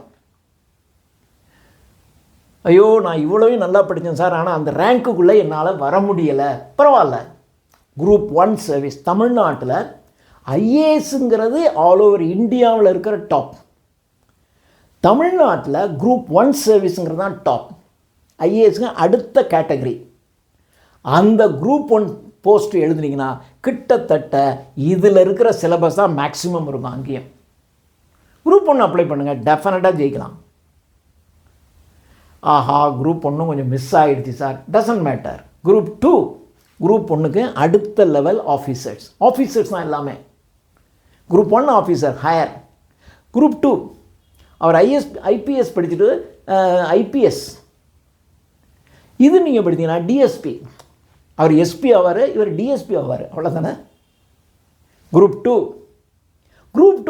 உங்களுக்கு ஃபெயில் ஆகிடுச்சா, குரூப் 2A அதோட அடுத்த லெவல். அதுவும் இல்லையா, குரூப் 4 நிச்சயம் செய்யும். நீங்கள் இந்த ஐஏஎஸ்ங்கிறத மெனக்கட்டு உட்காந்து அடிச்சிங்கன்னா, ஒரு +2 ஸ்டூடெண்ட்டாக இருந்தீங்கன்னு வச்சிங்கன்னா, this is the apt time. இப்போ உட்காந்து இந்த வீடியோவை பார்த்துட்டு இப்போ இருந்தே இது சம்மந்தமாக தனியாக இது கொஞ்சம் நேரம் ஒதுக்கி அது பாட்டு நீங்கள் படிங்க. குரூப் 2ல் நீங்கள் +2ல் வைங்க, ஏதோ ஒரு டிகிரியை சேர்ந்துங்க, நம்ம ஒரு பாஸ் தான் தேவை. ஆனால் அந்த 2 பேப்பருக்காக ஹெவியாக அதுலேயும் படிச்சுக்கிட்டு இதை பண்ணினீங்கன்னா நீங்கள் டிகிரி முடித்து உங்களுக்கு 21 வயசு ஆகும்போது நீங்கள் போட்டிங்கன்னா டெஃபினட்டாக நம்ம ஜெயிக்கலாம், ஒரு கவர்மெண்ட் ஜாபுக்குள்ளே நுழைஞ்சிடலாம். சார் இது குரூப் 1 தான் சார் நுழைஞ்சிருக்கேன், எனக்கு மறுபடியும் ஐஏஎஸ் இன்னொரு தடவை அப்ளை பண்ணுங்கள், நமக்கு தான் சான்ஸ் இருக்கேன், நம்பர் ஆஃப் டைம் எத்தனை தடவை எழுதணும்னு சான்ஸ் இருக்கேன், அதில் போடுங்க, திரும்ப ஒரு தடவை எழுதி மறுபடியும் நீங்கள் ஜெயிச்சிடலாம். அப்போ இந்த போஸ்ட்டை ரிசைன் பண்ணி அந்த போஸ்ட்டுக்கு ஜாயின் பண்ணிட்டு போகலாம் இல்லையா? So it is easy, right? இதுதான் டெக்னிக்கல் ஆஸ்பெக்ட், த பாடி முடிஞ்சிருச்சு. இப்போ நாம் அந்த கன்க்ளூசிவ் பார்ட், இதில் நீங்கள் ஜெயிக்கணும்னா ஆஸ் அ ஸ்டூடெண்ட் என்ன செய்யணும், என்ன செய்யக்கூடாது, ரெண்டுமே வேணும். செய்யத்தக்க செய்யாமையானும் கெடும். இதை செய்யணும் அப்படின்னா அதை நீங்கள் செய்யலைன்னு கெட்டு போயிடும். செய்யக்கூடாததை செஞ்சீங்கன்னாலும் கெட்டு போயிடும். செய்ய வேண்டியதை செய்யாமல் இருந்தாலும் கெட்டு போயிடும். அப்போ என்ன நீங்கள் செய்யணும், do's and don'ts, what you should do, what you should not do. This is very very important, not only for this examination. நீங்கள் லைஃப்பில் எதில் நீங்கள் ஜெயிக்கணும்னாலும் இது முக்கியம். First, you must know the difference between a destination and goal. Destination என்பது இலக்கு. Destination இலக்கு. உங்களுடைய கோல். டெஸ்டினேஷன்ங்கிறது இப்போது நான் ஒரு டிகிரி படிக்கணும், டிகிரி ஜாயின் பண்ணவே முடிஞ்சிருச்சு, உங்கள் கோலை ரீச் பண்ணி அது உங்கள் டெஸ்டினேஷனை ரீச் பண்ணிடலாம். கோல்ங்கிறது அதுக்கப்புறம் நீங்கள் என்ன சாதிக்கிறீங்க. இப்போது சார் எங்கள் வீட்டில் யாரும் டிகிரி படித்தவங்களே இல்லை சார், நான் ஒரு டிகிரி படிக்கணும்னு ஆசை. ஓகே, +2 முடிச்சுட்டு ஒரு காலேஜில் சேர்ந்தீங்கன்னு வச்சிங்களேன், அடித்து பிடிச்சி 3 வருஷத்தில் இல்லை 4 வருஷத்தில் ஒரு டிகிரி வாங்கிடலாம். You reach your destination. But டெஸ்டினேஷனுங்கிறது சாதாரண விஷயம். You must have a goal. உங்களுக்கு ஒரு கோல் இருக்கணும். அந்த கோல்ங்கிறது நான் ஒரு டிகிரி முடிக்கணும், டிகிரி முடிக்கும்போதே கேம்பஸ் இன்டர்வியூவில் எங்கேயாவது நான் வேலைக்கு போயிடணும், நல்ல வேலை கிடைக்கணும், இவ்வளோ நான் சம்பாதிக்கணும், அதுக்கப்புறம் எங்கள் வீட்டில் இருக்க எங்கள் பேரண்ட்ஸ்லாம் நான் சப்போர்ட் பண்ணணும், என் சிஸ்டர்ஸுக்கு மேரேஜ் பண்ணணும், இதுதான் கோல். அது மாதிரி ஒரு ஐஏஎஸ் ஆஃபீஸர்ஸ்க்கும் you must have a goal. நீங்கள் ஐஏஎஸ் ப்ரிப்பேர் பண்ண ஆரம்பிச்சிட்டிங்க அப்படின்னாவே you may reach your destination reach பண்ணுவீங்க. நான் சொன்ன மாதிரி ஐஏஎஸ் இல்லையா, குரூப் 1 இல்லையா, 2, குரூப் 2A, குரூப் 4, குரூப் 4க்குள்ளே நுழைஞ்சிக்கிட்டு மீண்டும் IAS. You may reach your destination. But what is your கோல்? என்னுடைய நாட்டு மக்களுக்கு நான் ஏதாவது நல்லது செய்யணுங்க, அதுதான் என் கோல். சார் நாட்டு மக்களுக்கு எங்கள் வீட்டில் எங்கள் அம்மா அப்பாலாம் நான் நல்லா பாதுகாக்கணும் சார், வச்சுக்கோங்க. So have your goal. So you must know the difference between a destination and goal. Set a goal. ஒரு கோல் செட் பண்ணிக்கோங்க. இந்த கோல் செட் பண்ணும்போது கூடவே யூ மஸ்ட் பி பெனவலண்ட். பிறர் மீது கருணை செய்வது, அன்பு செலுத்துவது, இதுதான் பெனவலன்ஸ். ஒரு ஹையர் ஆஃபீஸர்ஸ் போக போக போக இது உங்களுக்கு இருக்கணும். ஆனால் அன்ஃபார்ச்சுனேட்டாக நீங்கள் ஏதாவது மேல் அதிகாரிக்கிட்ட போனீங்கன்னு வச்சிங்களேன், சிடுமா அவங்கள கடுப்படிப்பான். வெளியே அனுப்பு, ஆள் விடாத, இப்போ பார்க்க முடியாது சார். ரொம்ப ஓல்டு பீப்புள், லேடிஸ், எங்கேயோ ஒரு கலெக்டர் ஆஃபீஸுங்கிறது ஒரு மாவட்டத்தினுடைய மையப்பகுதியில் தான் இருக்கும். எங்கேயோ ஒரு 60-70 கிலோமீட்டர்லேருந்து ஒருத்தன் வந்திருப்பாங்க. நீங்கள் அப்படி போகிறீங்க, காலையில் நீங்கள் உள்ளே வரும்போது நீங்கள் பார்த்துருப்பீங்க, வெளியில் போகும்போதும் பார்க்குறீங்க. அவங்க காலையிலேருந்து மத்தியானம் வரைக்கும் அங்கேயே இருக்காங்களே, சாப்பிட்டாங்களா சாப்பிடல என்ன தெரியும் உங்களுக்கு. போகும்போது என்னம்மா உட்காந்துருக்கீங்க, அங்கே வாங்க, என்ன விஷயம் சார், இதுதான் விஷயம். அப்படியா, 2 நிமிஷம் ஆகுமா உங்களுக்கு? இதுதான் பெனவலன்ஸ், இதுதான் கோல். அப்போ ஒரு கோல் செட் பண்ணுறதுக்கு என்ன தேவை? Benevolence. You must have that benevolence இருக்கணும். அதர்வைஸ் நீங்கள் ஹையர் ஆஃபீஸராக போய் என்ன பிரயோஜனம் உங்களுக்கு? நீங்கள் ஐஏஎஸ் படித்தாங்கன்னா ஐபிஎஸ் படித்தாங்கன்னா என்ன படித்து என்ன கேடு கேட்டால் யாருக்கு? இந்த சமுதாயத்தின் மீது உங்களுக்கு இருக்கக்கூடிய அந்த கரிசனம் தான், அதாவது நல்ல மனுஷனாக நீங்கள் இருக்கணும். You must have that benevolence. Then you must have good health. இதை நீங்கள் அச்சீவ் பண்ணணுன்னாவே ஒரு நல்ல ஆரோக்கியமான உடல் இருக்கணும். நல்ல ஆரோக்கியமான உடலுக்குள்ளே தான் நல்ல மனம் இருக்கும் முதல்ல. ஏன்னா physique that must be good. அதுக்காக நீங்கள் ஒரு பெரிய எக்ஸசைஸ் பாடியை வச்சுக்கிட்டு அப்படியே 7 கட்டு 5 கட்டெல்லாம் வச்சுக்கிட்டு இருக்கணுங்கிற அவசியம் இல்லை. ஒரு ஆரோக்கியமான உடல், ஆரோக்கியமான உடலில் தான் நீங்கள் ஒரு நல்ல காரியத்தை செய்ய முடியும். நீங்கள் ஒரு கலெக்டராக போயிருங்க, திடீர்னு ராத்திரி 12 மணிக்கு அங்கே ஊரில் ஏதோ ஒரு துப்பாக்கி சூடு நடந்துச்சும்மா, அங்கே ஏதோ வந்து ஊரே கொளுத்திட்டாங்கம்மா, டக்கு நீங்கள் எழுந்திரிச்சு ஓடணும். அப்போது உங்களுக்கு தூக்கம் வருது அப்படிலாம், தூக்கம் வருது நடக்கிற காலையில் பார்த்துக்கோலாம் சொல்ல முடியாது. நீங்கள் போகணும். நல்ல கலெக்டர் அப்படி தான் செய்வாங்க.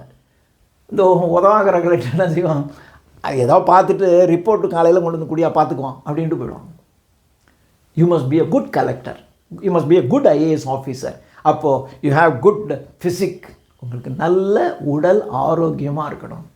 அப்போ நல்ல உடல் ஆரோக்கியமாக இருக்கணும்னா என்ன செய்யணும், ஆரோக்கியமான உணவுகளை உண்ண வேண்டும். இல்லையா? ஆரம்ப காலங்கள்லாம் ரொம்ப வருஷத்துக்கு ஒரு 20-30 வருஷத்துக்கு முன்னாடிலாம் உணவே ஆரோக்கியமாக தான் இருக்கும். ஆனால் இப்போது ஆரோக்கியமற்ற உணவுகள் தான் இருக்குது. மிஞ்சி ஒரு கடைக்கு போனீங்க அப்படின்னாக்கா என்ன இருக்கும், கடலை மிட்டாய் இருக்கும், முறுக்கு இருக்கும், ஒரு 2-3 தின்பண்டம் தான் இருக்கும். நீங்கள் காசு எடுத்துகிட்டு ஒரு குழந்தை போச்சுனால் கூட ஒரு கடலை மிட்டாய் வாங்கும், முறுக்கு வாங்கும், ஒரு வாழைப்பழம் தொங்கும், அதில் ஒரு வாழைப்பழம் வாங்க, இதைத்தானே வாங்க முடியும், வேறு என்ன வாங்கும். ஆனால் இப்போ அப்படி இல்லை. உங்கள் உடம்புக்கு ஒத்துக்காததாங்க இருக்குது. யார்ட்டா கடலை மிட்டாய் வாங்கி கொடுங்க, இதை அவன் சாப்பிடுவான். அதை விட ஒரு 50 ரூபா கொடுத்து ஒரு சாக்லேட், ஒரே ஒரு சாக்லேட் 30 rupees, 40 rupees, 50 rupees, அதை வாங்கி உட்காந்து சாப்பிட்டுக்கிட்டுருமா. இது எவ்வளோ பெரிய கேடு. பேக்டு ஃபுட்டு, டப்பாவில் அடைக்கப்பட்ட உணவு, ஒரு பாலித்தீன் பேக்கில் அடைக்கப்பட்ட உணவு. இது எப்போ அடைக்கப்பட்டது? அப்போ ஒரு உணவுப் பொருள்னால் கெட்டுத்தான் போகணும். கெட்டு போனால் தான் அது நல்ல உணவு. கெட்டு போகாமல் இது வந்து 1 வாரம் 10 நாள் 15 நாள் இருக்குது அப்படின்னா இது கெட்டு போகாமல் இருக்கிறதுக்கு அதுக்குள்ளே ஏதோ பண்ணியிருக்கான்னு அர்த்தம். மனுஷன் ஏதாவது உள்ளே பண்ணிட்டான்னாவே அது கெட்டு போச்சு, விஷமாயிடுச்சு. You must avoid it. இந்த வயசில் நான் இதெல்லாம் கேட்டுக்கிட்டு இருக்கவங்கலாம் ஒரு இதுக்கு தயாராகிற ஒரு யங் ஜென்ரேஷன் அப்படின்னு நினச்சிக்கிட்டு நான் சொல்கிறேன். அவாய்ட் பண்ணணும். ஆசையாக இருக்கும், ஒரு நாள் சாப்பிட்லாம், தப்பு இல்லை. ஒரே நாளில் எல்லாம் ஆகிடாது, சாப்பிட்லாம். ஆனால் அதே பொழப்ப வச்சுக்கிட்டு இருக்கக்கூடாதுல்ல. எங்கே போனாலும் எனக்கு அதை வாங்கு இதை வாங்கு, ஐஸ்கிரீம் சாப்பிடணும், அதை சாப்பிடணும், அப்படி இருக்கக்கூடாது. ஒரு நாள் ஐஸ்கிரீமும் சாப்பிட்லாம், என்றாவது ஒரு நாள் சாப்பிட்லாம். ஒரு பெரிய ஃபங்க்ஷன் போகிறோம் சாப்பிட்லாம், அதுக்காக ஐஸ்கிரீமும் சாப்பிட்டுட்டு முடியுமா? நல்ல ஃப்ரூட்ஸ் எடுத்துக்கங்க, நல்ல வெஜிடபிள்ஸ் எடுத்துங்க. பேரண்ட்ஸ் சொல்கிறத கேளுங்க. அவங்களுக்கு தெரியும் உங்களுக்கு என்ன நல்ல உணவு கொடுப்பது என்று. உங்கள் அம்மாவுக்கு தெரியும், அவங்கள கேளுங்க. அவங்க கொடுக்குற உணவு உங்களுக்கு பிடிக்கலைனாலும் சாப்பிடுங்க, அதுதான் உங்களுக்கு நல்லது. So you must have health, then respect elders. மூத்தவர்களை மதியுங்க. இது எதுக்கு? நிறைய காரணங்கள் இருக்குது. உங்கள் வீட்டில் இருக்கக்கூடிய எல்டர்லி பீப்புள், கிராண்ட்ஃபாதர் கிராண்ட்மதர் இருந்தால் அவங்கள ரெஸ்பெக்ட் பண்ணுங்கள். அவங்க இல்லையா, நீங்கள் ரெஸ்பெக்ட் பண்ணினீங்கன்னாவே அவங்களுக்கு உங்களை பார்த்தாவே சந்தோஷமாக இருக்கும். அவங்க சந்தோஷமாக இருந்தாங்கன்னாவே அந்த வீட்டில் ஒரு நல்ல என்விரான்மெண்ட் இருக்கும். அதை நல்லா கவனிக்கணும். நீங்கள் இது கிட்டத்தட்ட நீங்கள் அவங்கள ஏமாத்துறீங்கன்னு கூட வச்சுக்கலாம். நீங்கள் ஒரு முதியவர்களை நீங்கள் மதிச்சிங்க அப்படின்னா அவங்களுக்கு உங்களை ரொம்ப பிடிக்கும். பிடிச்சிச்சு அப்படின்னாவே உங்கள் அம்மாவோ உங்கள் அப்பாவோ திட்டினா கூட அவங்க உங்களுக்கு சப்போர்ட் வாங்கிட்டா அவங்க போய் நிற்பாங்க. உங்களுக்கு ஒரு அந்த வீட்டில் படிக்கின்ற நல்ல சூழல் உருவாகும். அப்படி உருவாகணும்னா ரெஸ்பெக்ட் எல்டர்ஸ். இந்த எல்டர்ஸ்னு சொல்லும்போது not only the grandfather grandmother, your father and mother also. சொல்லுவாங்க மாதா பிதா குரு தெய்வம். 4 இல்லை 3 தான். மாதா பிதா குரு, ஒரு ஸ்டாப், ஒரு பாஸ், தெய்வம். மாதா பிதா குரு இவர்கள் தெய்வத்திற்கு சமமானவர்கள். ஆனால் ரொம்ப பேர் என்ன பண்ணுவான்னா மாதாவை முன்னாடி வச்சுட்டான், அதனால் தெய்வத்தை விட மாதா தான் அதெல்லாம் ஒன்றும் கிடையாது. நீங்கள் நிறைய அம்மாவை பார்க்குறோம் இல்லையா, எவ்வளோ அம்மாக்கள் பார்க்குறோம். எல்லா அம்மாக்களும் ரொம்ப பெரிய தெய்வத்தை விட உயர்ந்தவங்களா? தெய்வத்தை விட உயர்ந்தவங்களாம் யாரும் கிடையாது. அதனால தான் மாதா பிதா குரு தெய்வம். அப்போ இந்த மூவரும் தெய்வத்திற்கு சமமானவர்கள். ஒரு அம்மாவும் அப்பாவும் உங்களுடைய அறிவை வளர்ப்பதற்கு பாடம் சொல்லிக் கொண்டிருக்கின்ற ஆசிரியரும் தெய்வத்திற்கு சமமானவர்களாக நீங்கள் கருத வேண்டும், அவர்களை மதிக்க வேண்டும். இப்போ respect elders, respect your parents. அந்த பேரண்ட்ஸ்லையும் ஸ்பெஷலைஸ்டு யுவர் மதர். ஏன் சார் மதர், எதுக்கு மதர்னு சொல்கிறீங்க? ஏன்னா உங்கள் மதர் தான் 100% உங்களை பற்றி மட்டும்தான், அவங்களுக்கு வேறெல்லாம் கிடையாது. ஒன்லி ஒன், தேர் சில்ட்ரன். எனக்கு அப்பா தான் பிடிக்கும். அப்பா பிடிக்கலாம், தப்பு இல்லை. ஆனால் அப்பாவுக்கு 100% நீங்கள் இல்லை. அப்பாவுக்கு தர நியூமரஸ். அவர் ஒரு கிளப்புக்கு போவார், அவர் பிஸ்னஸ் பண்ணும்போது அவருக்கு நிறையா ஃப்ரெண்ட்ஸ் இருப்பாங்க. சாயந்தரம் ஆனவுடனே அவர் ட்ரிங்க்ஸ் சாப்பிட போவார், ஒரு பார்ட்டிக்கு போவார். There are many people. அவர் ஒரு பொலிட்டிக்கல் ஆர்கனைசேஷனில் லிங்க் வச்சுருப்பார், சமுதாயத்தில் இங்கேயும் இருப்பார், எல்லா இடத்துக்கும் போவார், எல்லா இடத்துலையும் போவார், உங்களையும் கவனிச்சுக்குவார். அவருக்கு இருக்கிற இந்த 10ல் நீங்கள் தான் டாப். நீங்கள் தான் டாப். ஆனால் 10 இருக்குது. ஞாபகம் வச்சுக்கணும், உங்கள் அம்மாவுக்கு ஒன்லி 1 குழந்தைங்க தான். அவங்கள தவிர அவங்களுக்கு வேறு எதுவுமே தெரியாது. எனக்கு தெரிஞ்சு ஒருத்தவங்க திடீர்னு எனக்கு ஃபோன் பண்ணாங்க. சார், நான் ஸ்கூட்டில் வந்துக்கிட்டு இருக்கும்போது என் பொண்ணு வந்து கொஞ்சம் கீழே அப்படி சரிஞ்சிருச்சு, அதுக்கு கையில் ஏதோ அடிக்குது, அப்படியே அழுகுது சார், என்ன செய்கிறதுன்னு தெரில அப்படின்னு. நான் தான் அவங்கள்ட்ட இருந்து நியரஸ்ட் டெஸ்டினேஷன் இருக்கிறதுனால எனக்கு ஃபோன் பண்ணி கொஞ்சம் எனக்கு வர முடியுமான்னு கேட்டாங்க. சரி அப்படின்னு நான் போனால் உண்மையிலேயே அந்த குழந்தை அப்படியே துடிக்குது, அழுகுது. அதை பார்த்து இவங்களுக்கும் அழுக. ஆனால் ஏதாவது செய்யணும், பதட்டம், அப்படியே கை காலெலாம் அவங்களுக்கு நடுங்குது அப்படின்னாங்க. ஒன்றும் இல்லை, வாங்க இப்போ எனக்கு யோசனை, என்ன பண்ணலாம்? முதல் விஷயம், இந்த குழந்தைக்கு அடிபட்டுச்சு அப்படின்னா ஒரு எக்ஸ்ரே எடுத்து பார்த்தா தெரிஞ்சு போயிடும். ஒரு போன் ஃப்ராக்சர் மாதிரி இருந்தால் சம்திங் சீரியஸ், அப்போ நம்ம வேறு மாதிரி ட்ரீட் பண்ணிக்கலாம். ஏன்னா நீங்கள் எங்கே போனீங்கன்னாலும் டைம் எடுக்கும் அந்த ட்ரீட்மெண்ட்டுக்கெல்லாம். ஸோ ஒரு எக்ஸ்ரே எடுக்கிறதுங்கிறது சாதாரண விஷயம் தான். அந்த எக்ஸ்ரே எடுக்கிறவனே சொல்லிவிடுவான் போன் கிராக் இருக்குது இல்லைன்னு சொல்லிவிடுவான் இல்லையா. உடனே நாங்கள் ஒரு எக்ஸ்ரே இடத்துக்கு அழைச்சிட்டு போனேன். அழைச்சிட்டு போகும்போது அந்த எக்ஸ்ரேக்காரன் செட் பண்ணிக்கிட்டு இருக்கான். அதை பார்த்தோன்னே இந்த குழந்தை பயப்படி அம்மோன்னு அது கத்துனோடனே இவங்களுக்கு தாங்க முடியல. அந்த பெண் முருகா முருகா முருகா முருகா முருகா முருகா சொல்லிகிட்டே இருக்காங்க, முருகா முருகா முருகா முருகா முருகா. இந்த வார்த்தையை தவிர வரல. அவங்க நான் அழைச்சிட்டு வரும்போதே அவங்க ஸ்டெடியாக வண்டி ஓட்டுற குழந்தைய வச்சுக்கிட்டு தான் வண்டி ஓட்டிகிட்டு இருக்காங்க. எனக்கு இவங்க எங்கேயா விழுந்துருவாங்களோங்கிறதுக்கு ஒரு இடத்துல நிறுத்தி, நீங்கள் பத்திரமா வந்துடுவீங்கல்ல அல்லது வேறு ஏற்பாடு பண்ணிக்கலாமா? இல்லை சார், நான் வந்துடுவேன் சார் அப்படின்ட்டு. அதாவது அவங்களுக்கு சீக்கிரம் போய் சேரணும், போய் சேர்ந்து குழந்தைக்கு ட்ரீட் பண்ணணும். இதுதான் ஒரு அம்மா. அவங்களுக்கு ஒரு குழந்தைய தவிர உலகத்தில் வேறு யாருமே இல்லை. ஆனால் அப்பாவுக்கு இருக்கிற எல்லாத்துலேயும் குழந்தைங்க டாப் ப்ரியாரிட்டி, அதில் சந்தேகம் இல்லை. ஆனால் he has so many priorities. அப்பாவுக்கு நிறைய ப்ரியாரிட்டிஸ் இருக்குது, அதில் குழந்தைங்களும் டாப் ப்ரியாரிட்டி. யூஸே இப்போ யார் பெஸ்ட்னு சொல்லுங்கள்? அம்மா தான். ஸோ அம்மாவை ரெஸ்பெக்ட் பண்ணுங்கள். நீங்கள் அம்மாவை ரெஸ்பெக்ட் பண்ணிட்டீங்கன்னாவே, நான் சொன்னேன் பாருங்கள், எல்டர்ஸை ரெஸ்பெக்ட் பண்ணுறது, அம்மாவை ரெஸ்பெக்ட் பண்ணிட்டீங்கன்னாவே வீட்டில் உங்களுக்கு 100% சுதந்திரமாக நீங்கள் படிக்கலாம். உங்களுக்கு எந்த டிஸ்டர்பன்ஸும் இருக்காது. உங்களுக்கு ஏதாவது உங்கள் அப்பா அந்த விட இருங்க பிள்ளை படிச்சுக்கிட்டு இருக்கு, நீங்கள் ஏன் சும்மா சத்தம் போடுறீங்க, வெளியே வாங்க, அப்பா எதிர்த்து சொல்லுவாங்க. உங்களுக்கு சப்போர்ட்டிவாக எல்லோரும் நிற்பாங்க. So respect elders.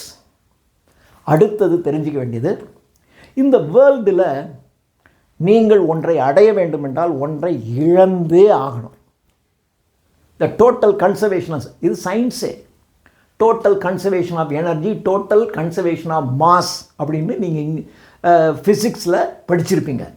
இந்த உலகத்தில் இருக்கின்ற மொத்த ஆற்றல் சமம். ஒரு ஆற்றல் இன்னொரு ஆற்றலாக மாறுமே ஒழிய ஒரு ஆற்றலை நீங்கள் ஆக்கவும் முடியாது, அழிக்க முடியாது. This is total conservation of energy. இதே மாதிரி டோட்டல் கன்சர்வேஷன் ஆஃப் மாஸ், உலகத்தில் இருக்கக்கூடிய மொத்த எடை கரெக்ட் இவ்வளோ தான். இதில் ஒரு பொருள் இன்னொரு பொருளாக மாறுமே ஒழிய அதனுடைய மாஸ் குறையாது தானே. இதே தான். There is no loss no gain. ஒரு லாஸ் பண்ணினீங்க அப்படின்னீங்கன்னா தான் இன்னொன்று கெயின் பண்ண முடியும். இதில் 20% லாஸ் அப்படின்னா 20% கெயின் கிடைக்கும். ஆக டோட்டல் உங்களுக்கு தான். உங்கள்கிட்ட டோட்டல் 100% லாஸ் அப்படின்னா அப்புறம் நீங்கள் லாஸ் பண்ண உங்களுக்கு கெயின் கிடச்சிக்கிட்டே இருக்கும். ஒன்று குறைஞ்சிக்கிட்டே இருக்கும், இன்னொன்று கெயின் கிடச்சிக்கிட்டே இருக்கும். இந்த வேர்ல்டு நத்திங் இஸ் ஃப்ரீ. இந்த உலகத்தில் நான் சொன்ன பாருங்கள், உலகத்திலேயே நல்ல விஷயங்கள் எல்லாமே சீப்பாக இருக்கும். காற்று, நீர் எல்லாமே சீப்பு. அதே மாதிரி தான் இங்கேயும் நோ லாஸ் நோ கெயின். இந்த உலகத்தில் ஒன்றை இழக்காமல் இன்னொன்றை நீங்கள் பெறவே முடியாது. இப்போ நீங்கள் ஏதோ ஒரு ஃப்ராடுலண்ட் மெத்தடில் உன்னை இழக்காமல் ஒன்று பெற்றுட்டீங்கன்னு வச்சிங்களேன், ஆனால் நிச்சயமாக இன்னொரு இடத்துல நீங்கள் இழப்பீங்க. வேணால் வெயிட் பண்ணி பாருங்கள். இப்போ நீட் எக்ஸாமினேஷனில் சில பேரண்ட்ஸ் பார்த்திங்கன்னா ஏதோ ஒரு ஆள் மாறாட்டம் பண்ணி பிள்ளைகளை நீட்டு, இப்போ சமீபத்தில் நீங்கள் பார்த்துருப்பீங்க, நீட்டு வேறு ஆள் எக்ஸாமினேஷன் எழுது, இதுக்குன்னே சில ஆள் இருப்பான், அவன் அப்ளிகேஷன் போர்டிலேருந்து அவனே கரெக்ட் பண்ணிக்குவான், எல்லாத்தையும் பண்ணி நீட்டில் ஜெயிச்சிருவான். ஜெயிச்சுட்டு அப்பா உங்களுக்கு வந்துடும். ஆனால் 2 வருஷம் கழித்து அதை கண்டுபிடிச்சி யார் அந்த பையனையும் வெளியில் அனுப்பு, அவங்க அப்பாவை தூக்கி உள்ளே போடுறான். நடந்துருச்சா இல்லையா? நீங்கள் எதையும் இழக்காமல் நீங்கள் ஜெயித்த மாதிரி தான் தெரியும், ஆனால் நிச்சயமாக நீங்கள் இழப்பீங்க. ஸோ நீங்கள் இழக்காமல் ஜெயிக்கவே முடியாது. அப்போ நீங்கள் இங்கே என்ன செய்யணும்? நீங்கள் இழக்கணும். எதை? உங்களுடைய தூக்கத்தை இழங்க இல்லையா? இதுதான் டைம் மேனேஜ்மெண்ட், உங்களுடைய நேர மேலாண்மை. உங்களுடைய நேரத்தை நீங்கள் எதெல்லாம் செலவழிக்கிறீங்க அப்படின்னு நீங்கள் பார்க்கணும். எதுக்கு எவ்வளோ நேரம் ஒதுக்குறீங்க? 24 மணி நேரம் தான் மொத்தம். இதில் நீங்கள் உன்னை கூட்ட முடியாது, உன்னை குறைக்க முடியாது. So totally 24 hours per day. 24 × 7 × 365. இதில் ஏதாவது சேஞ்சஸ் இருக்கா? ஒன்றும் கிடையாது. அப்போ நீங்கள் என்ன பண்ணணும்? இருக்கிற 24 மணி நேரத்தில் எதுக்கு உங்களுடைய நேரத்தை நீங்கள் ஒதுக்குறீங்கிறத பொறுத்து இருக்குது. அப்போ இது நீங்கள் இறங்குறீங்க அப்படின்னா இதற்கு என்று சில நேரங்களை நீங்கள் கூடுதலாக ஒதுக்கணும். வெறும் டிகிரி படிக்கிறவனுங்க ஒரு டிகிரி முடிச்சுட்டு ஒரு ஐஏஎஸ் எழுத போகிறான், குரூப் 1 எழுத போகிறான் அப்படின்னா அவன் செலவழிக்கிறதுக்கு டைம் கூட இருக்கணுமா இல்லையா? நீங்கள் அவனோட சேர்ந்துக்கிட்டு நீங்கள் ஊரை சுற்றிக்கிட்டு நான் ஐஏஎஸ் எழுதுகிறேன் அப்படின்னு நீங்கள் சொன்னால் அது காமெடி. அவன் எழுதலை, அவன் டைம் ஸ்பெண்ட் பண்ணுறான், நான் அவனோட சேர்ந்து டைம் ஸ்பெண்ட் பண்ணுறேன்னு நீங்கள் போனீங்க அப்படின்னா நீங்களும் போயிடுவீங்க. So time management is very important. நான் ஒரு பொண்ணுகிட்ட கேட்டேன், ஒரு நாளைக்கு நீ எவ்வளோ நேரமாக படிக்கிற? Sir morning this hour totally I spend this many hours அப்படின்னாங்க. Very good. ஒரு வாரம் கழித்து நான் கேட்டேன், do you follow it strictly? Sir முதல் நாள் நான் பண்ணேன், 2வது நாளும் பண்ணேன், 3வது நாள் because of this reason I missed it, 4வது நாள் கொஞ்சம் குறைஞ்சிருச்சு, 5வது நாள் இப்படி. நோ, நீங்கள் டைம் மேனேஜ்மெண்ட்னா டைம் மேனேஜ்மெண்ட் தான். நீங்கள் 5 மணி நேரம் ஒதுக்குறீங்க அப்படின்னா 5 மணி நேரம் ஒதுக்கணும். இல்லை 5 மணி நேரம் ஒதுக்க முடியாமல் ஏதோ ஒரு சூழல் ஆகிடுச்சு, பரவாயில்ல, இரவு தூங்குறீங்கல்ல, அது உங்கள் நேரம் தானே. 2 மணி நேரம் குறைஞ்சி போச்சுன்னா உங்கள் தூக்கத்தை நீங்கள் இழக்கணும். சரி, இன்றைக்கி இந்த 2 மணி நேரம் எதுவுமே பண்ண முடியல, நாளைக்கு இருக்குல்ல, நாளைக்கு இன்னும் 2 மணி நேரம் கூட ஒர்க் பண்ணுங்கள். ஸோ இன்றைக்கி ஒர்க் பண்ணுறேன் 5 மணி நேரம், நேற்று நான் ஒர்க் பண்ணாத 2 மணி நேரம் இருக்குது, அதையும் சேர்த்து 5 + 2 7 hours ஒர்க் பண்ணுங்கள், ஜெயிக்கலாம். This is time management. நீங்கள் டைம் மேனேஜ்மெண்ட் இருக்கணும். நோ லாஸ் நோ கெயின்ங்கிறத நீங்கள் தெரிஞ்சுக்கணும். இதெல்லாம் தெரிஞ்சிருக்கணும். லாஸ்ட் செய்ய வேண்டியதில் கேதரிங் மெட்டீரியல்ஸ்.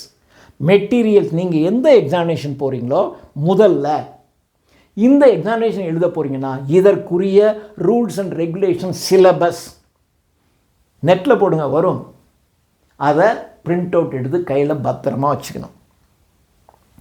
சிலபஸ் என்னன்னு தெரியணும். இதுதான் ஃபஸ்ட்டு மெட்டீரியல். அப்புறம் இந்த சிலபஸை கவர் பண்ணுறது எது? 6th to 10th வரைக்கும் உள்ள சயின்ஸ், அது ஹிஸ்ட்ரி ஜியாகிரஃபி புக்ஸ் ஃபஸ்ட்டு. சயின்ஸும் கொஞ்சம் வச்சுக்கலாம். இந்த புக்ஸ் நீங்கள் கையில் வச்சுக்கணும். அதுக்கப்புறம் இது மட்டும் போதுமா? இது ஒரு குரூப் 4 எழுதுனவனுக்கு போதும், குரூப் 2 2A எழுதுகிறவங்களுக்கு ஓரளவுக்கு சப்போர்ட் பண்ணோம். பட் இதை விட இன்னும் கொஞ்சம் அதிகமாக தேவைப்படும். அந்த அதிகமாக தேவைப்படுகின்ற புத்தகங்கள் என்னென்ன யூ மஸ்ட் ஹேவ். இப்போ நானே சொல்லுவேன் உங்களுக்கு என்னென்ன புக்கெல்லாம் தேவைப்படும்னு சொல்லலாம். ஸோ அந்த புக்ஸ் எல்லாம் வாங்கிக்கணும். ஸோ நான் வீட்டில் சொல்கிறேன், வாங்கியே தரமாட்டேங்கிறாங்களே. ரைட், அம்மா அப்பா, எனக்கு இந்த வாரம் இந்த தடவை தீபாவளிக்கு நோ ட்ரெஸ், எனக்கு ட்ரெஸ் வேண்டாம். எனக்கு ட்ரெஸ்ஸுக்கு நீங்கள் எவ்வளோ செலவழிப்பீங்க? ஒரு 1500 ட்ரெஸ் வாங்குவீங்களா? அந்த 1500 என்கிட்ட கையில் காசாக கொடுத்துருங்க, நான் புக் வாங்கிக்கிறேன். இப்படி தான் நீங்கள் செய்யணும். ஸோ நான் கேட்டேன், சார் வீட்டில் வாங்கி தர மாட்டேங்கிறாங்க சார். நீங்கள் don't throw the blame on others. நமக்கு இதே ஒரு பழக்கம். சார் நான் செய்கிறதுக்கு ரெடி தான், அவங்க அது செய்யலை சார், இவங்க இதை செய்யலை சார். நீங்கள் செய்யுங்க, முதல்ல நீங்கள் உங்களை நஷ்டப்படுத்துங்க. அதான் சொன்னேன், நோ லாஸ் நோ கெயின்னு சொன்னேன்.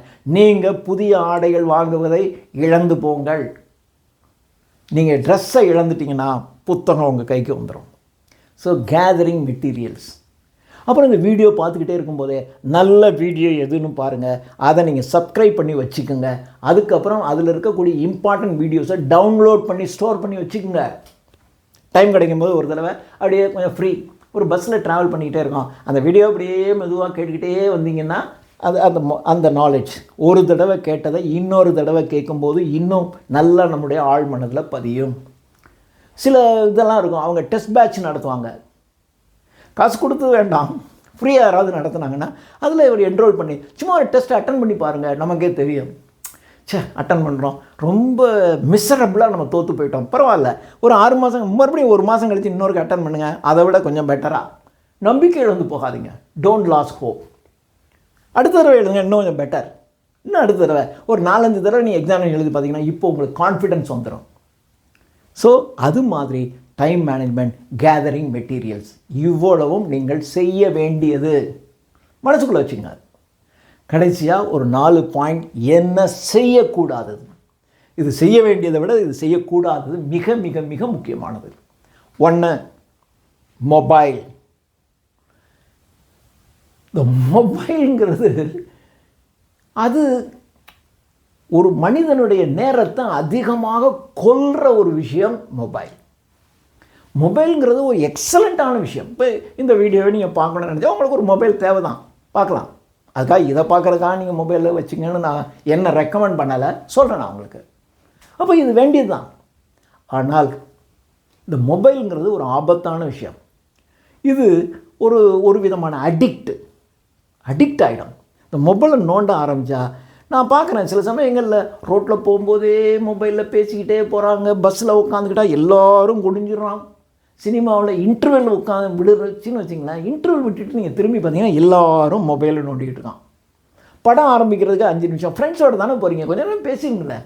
ஃபேமிலியோடு தானே போகிறோம், ஃபேமிலியோட கொஞ்சம் நேரம் பேசிக்கிட்டுங்களேன், உட்காந்து நோண்டிக்கிட்டு இருப்பான். It is an addict mobile. புத்தகம் படித்து அறிவாளி ஆனவங்கள உலகத்தில் பார்க்கலாம், மொபைல் பார்த்து அறிவாளி ஆன ஒரு ஆளை நீங்கள் உலகத்தில் பார்க்க முடியுமா? சார் இவர் நிறைய புக் படிப்பார் சார், நல்ல நாலேஜபிள் பர்சன். ஓகே சார், இவர் எப்போ பார்த்தாலும் மொபைல் தான் சார் பார்த்துக்கிட்டே இருப்பார், ரொம்ப நாலேஜபிள் பர்சன். ஒரு இடியேட்டை நீங்கள் சொல்ல முடியுமா? அப்படி ஒருத்தர் கிடையவே கிடையாது. இந்த மொபைலில் இன்னொரு ஆபத்து இருக்குது. நீங்கள் ஒன்றை எடுத்துட்டீங்க, ஒரு சேனல் ஒரு வீடியோ நீங்கள் பார்த்துட்டிங்கன்னா இது தொடர்பான வீடியோவை கொண்டு வந்து நிறுத்திக்கிட்டே இருக்கும். அது காட்டும். அந்த தலைப்பெல்லாம் பார்த்திங்கன்னா கேப்டிவாக இருக்கும். இப்போ நானே உதாரணத்துக்கு சொல்கிறேன், டார்கெட் 100 IAS, இது என்னுடைய ஸ்லோகன். நான் அப்பயே மனசில் நினைச்சேன் 100 IASஐ உருவாக்குறது. இது மாதிரி உடனடியாக நீங்கள் IAS ஆக வேண்டுமா, இப்போ நாளைக்கே IAS ஆகி உங்கள் கையில் தூக்குற மாதிரி ஒரு வீடியோ இருக்கும். உடனே நான் IAS உடனே ஆகணுமா, அந்த வீடியோவை நீங்கள் பார்ப்போம், டைம் போயிடும். இதை நீங்கள் பார்த்தீங்கன்னு வச்சிங்களேன் 10 வீடியோ இதே மாதிரியான இதில் வந்து நிற்கும். இதே மாதிரி நீங்கள் சினிமா ஒன்று பார்த்து பாருங்கள், 10 சினிமா சம்பந்தமானதான் வந்துக்கிட்டே இருக்கும். கொஞ்சம் ஒரு மாதிரி ஒரு செக்ஸியான ஒரு அறகுறையான ஒரு வீடியோ நீங்கள் பார்க்குறத வச்சுக்கிட்டீங்க, ஒன்றே போட்டு பாருங்கள், கிடுகிடுன்னு ஒரு 20 ரெக்கமெண்டேஷன் அதுலேருந்து வந்து அதே மாதிரி அப்படியே மோசமான படங்கடமெல்லாம் போட்டு உங்களை அந்த மாதிரி வீடியோ வந்து நின்றுக்கிட்டு இருக்கான். அதை பார்க்கும்போது அதை பார்க்கணும்னு தோண தோணும், இதை பார்க்கணும் போல தோணும். இப்படியே நீங்கள் பார்த்தீங்கன்னா 3 மணி நேரம் ஓடி போயிடும். மோசமான ஒரு கருவி இது, உங்களை ஒரு இதுக்குள்ளே இழுத்துட்டு போயிடும். அதுக்குள்ளே போயிடாதீங்க. மொபைலை கரெக்டாக பயன்படுத்த கற்றுக்கிட்டிங்கன்னா நீங்கள் ஜெயிச்சிருவீங்க. மொபைல் உங்களை இழுத்துட்டு போயிடுச்சுன்னா ஆழத்துக்குள்ளே மூழ்கி செத்து போயிடுவீங்க. மொபைலை உங்கள் கண்ட்ரோலில் வச்சுக்கோங்க. நீங்கள் மொபைலை ரகசியமாக பயன்படுத்தாதீங்க. உங்கள் மொபைல் நீங்கள் எங்கேயாவது இல்லைன்னா அப்படி வெளியில் கிடக்கட்டும், உங்கள் அம்மாவோ அப்பாவோ எடுத்து பார்க்கட்டும். நீங்கள் ஒரு வீடியோ பார்க்குறீங்க, ஒரு நல்ல ஒரு IAS ரிலேட்டடான ஒரு வீடியோ பார்க்குறீங்க, நல்ல எல்லோரும் முன்னாடியும் உட்காந்துக்கிட்டு நீங்கள் பாருங்கள். நீங்கள் என்ன பண்ணாலும் அம்மா அப்பா அப்படி போகும்போது இப்படி சைடில் பார்ப்பாங்க, நீங்கள் என்ன பார்க்குற. ஏன்னா நீங்கள் மொபைலை பற்றி சொன்னாவே நீங்கள் சிடுன்னு விடுவீங்க.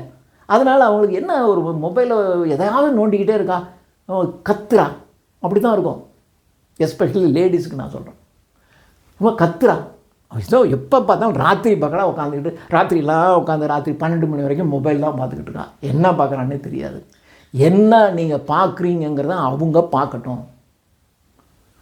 நீங்கள் நல்லது பார்க்குறீங்கன்னு நினச்சா உங்கள் அம்மாவும் அப்பாவும் உங்களை தலையில் தூக்கி வச்சு கொண்டாடுவாங்க, உங்களுக்கு அவ்வளோ சப்போர்ட் பண்ணுவாங்க. என்னம்மா பார்த்துக்கிட்டு இருந்தேன், போய் பாருமா. அதனால் 4 பேர் போகிற வர்ற இடத்துல அங்கே உட்காந்துட்டு அவங்க பார்க்குற மாதிரி சத்தமாக வச்சு நீங்கள் இந்த காதுக்குள்ளே மாட்டிக்கிட்டு இப்படியே ரகசியமாக இப்படி வச்சுக்கிட்டெல்லாம் பார்க்காதீங்க, தோற்று போயிடுவீங்க. அமைதி போயிடும். வீட்டில் நீங்கள் அமைதியாக இருந்தீங்கன்னா தான் ஜெயிக்க முடியும். அமைதியாக இருக்கணும்னா the mobile should be open.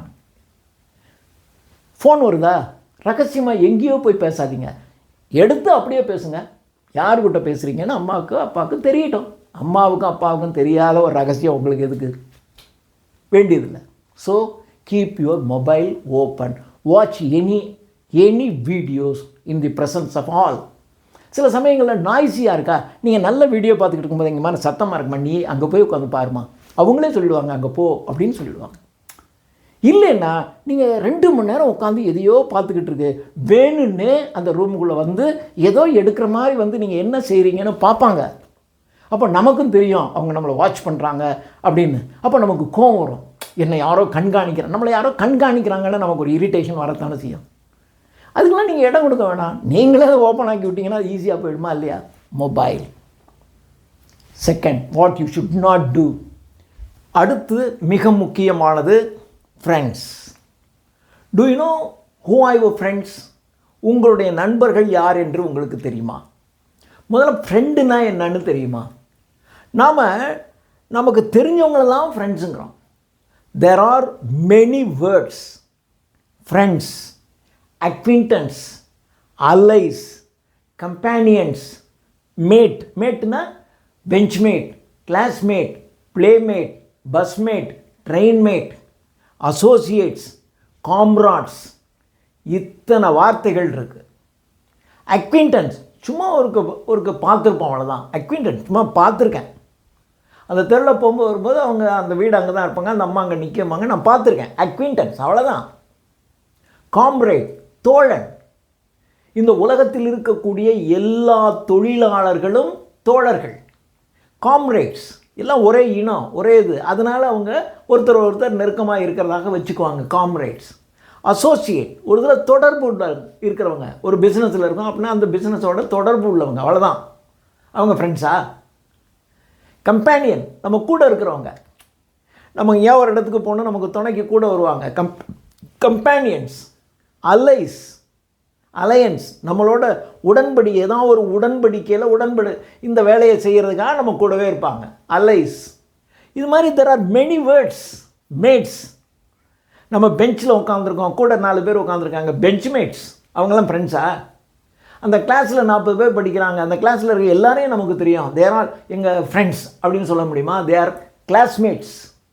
பஸ்ஸில் ட்ராவல் பண்ணிக்கிட்டே இருக்கோம், நம்ம ஒரே பஸ்ஸில் குறிப்பிட்ட பஸ்ஸில் நம்ம போகிறோம், குறிப்பிட்ட பஸ்ஸில் வர்றோம். அப்போ அந்த பஸ்ஸில் போகும்போதும் அதே மாதிரி கூட ஒருக்க வந்துக்கிட்டே இருப்பாங்க. 4 தடவை 5 தடவை 6 தடவை 10வது நாள் நம்மளே பேசுவாங்க, நீங்கள் எங்கே வேலை பார்க்குறீங்க, எங்கே படிக்கிறீங்களா கேட்பாங்க. நம்மளும் அவங்களோட பழகும், அவ்வளோதான். பஸ்ஸை விட்டு இறங்கினாங்கன்னா அவங்க இடம், நம்ம இடம். தே ஆர் பஸ்மேட்ஸ் இல்லையா? அவங்க ஃப்ரெண்ட்ஸா?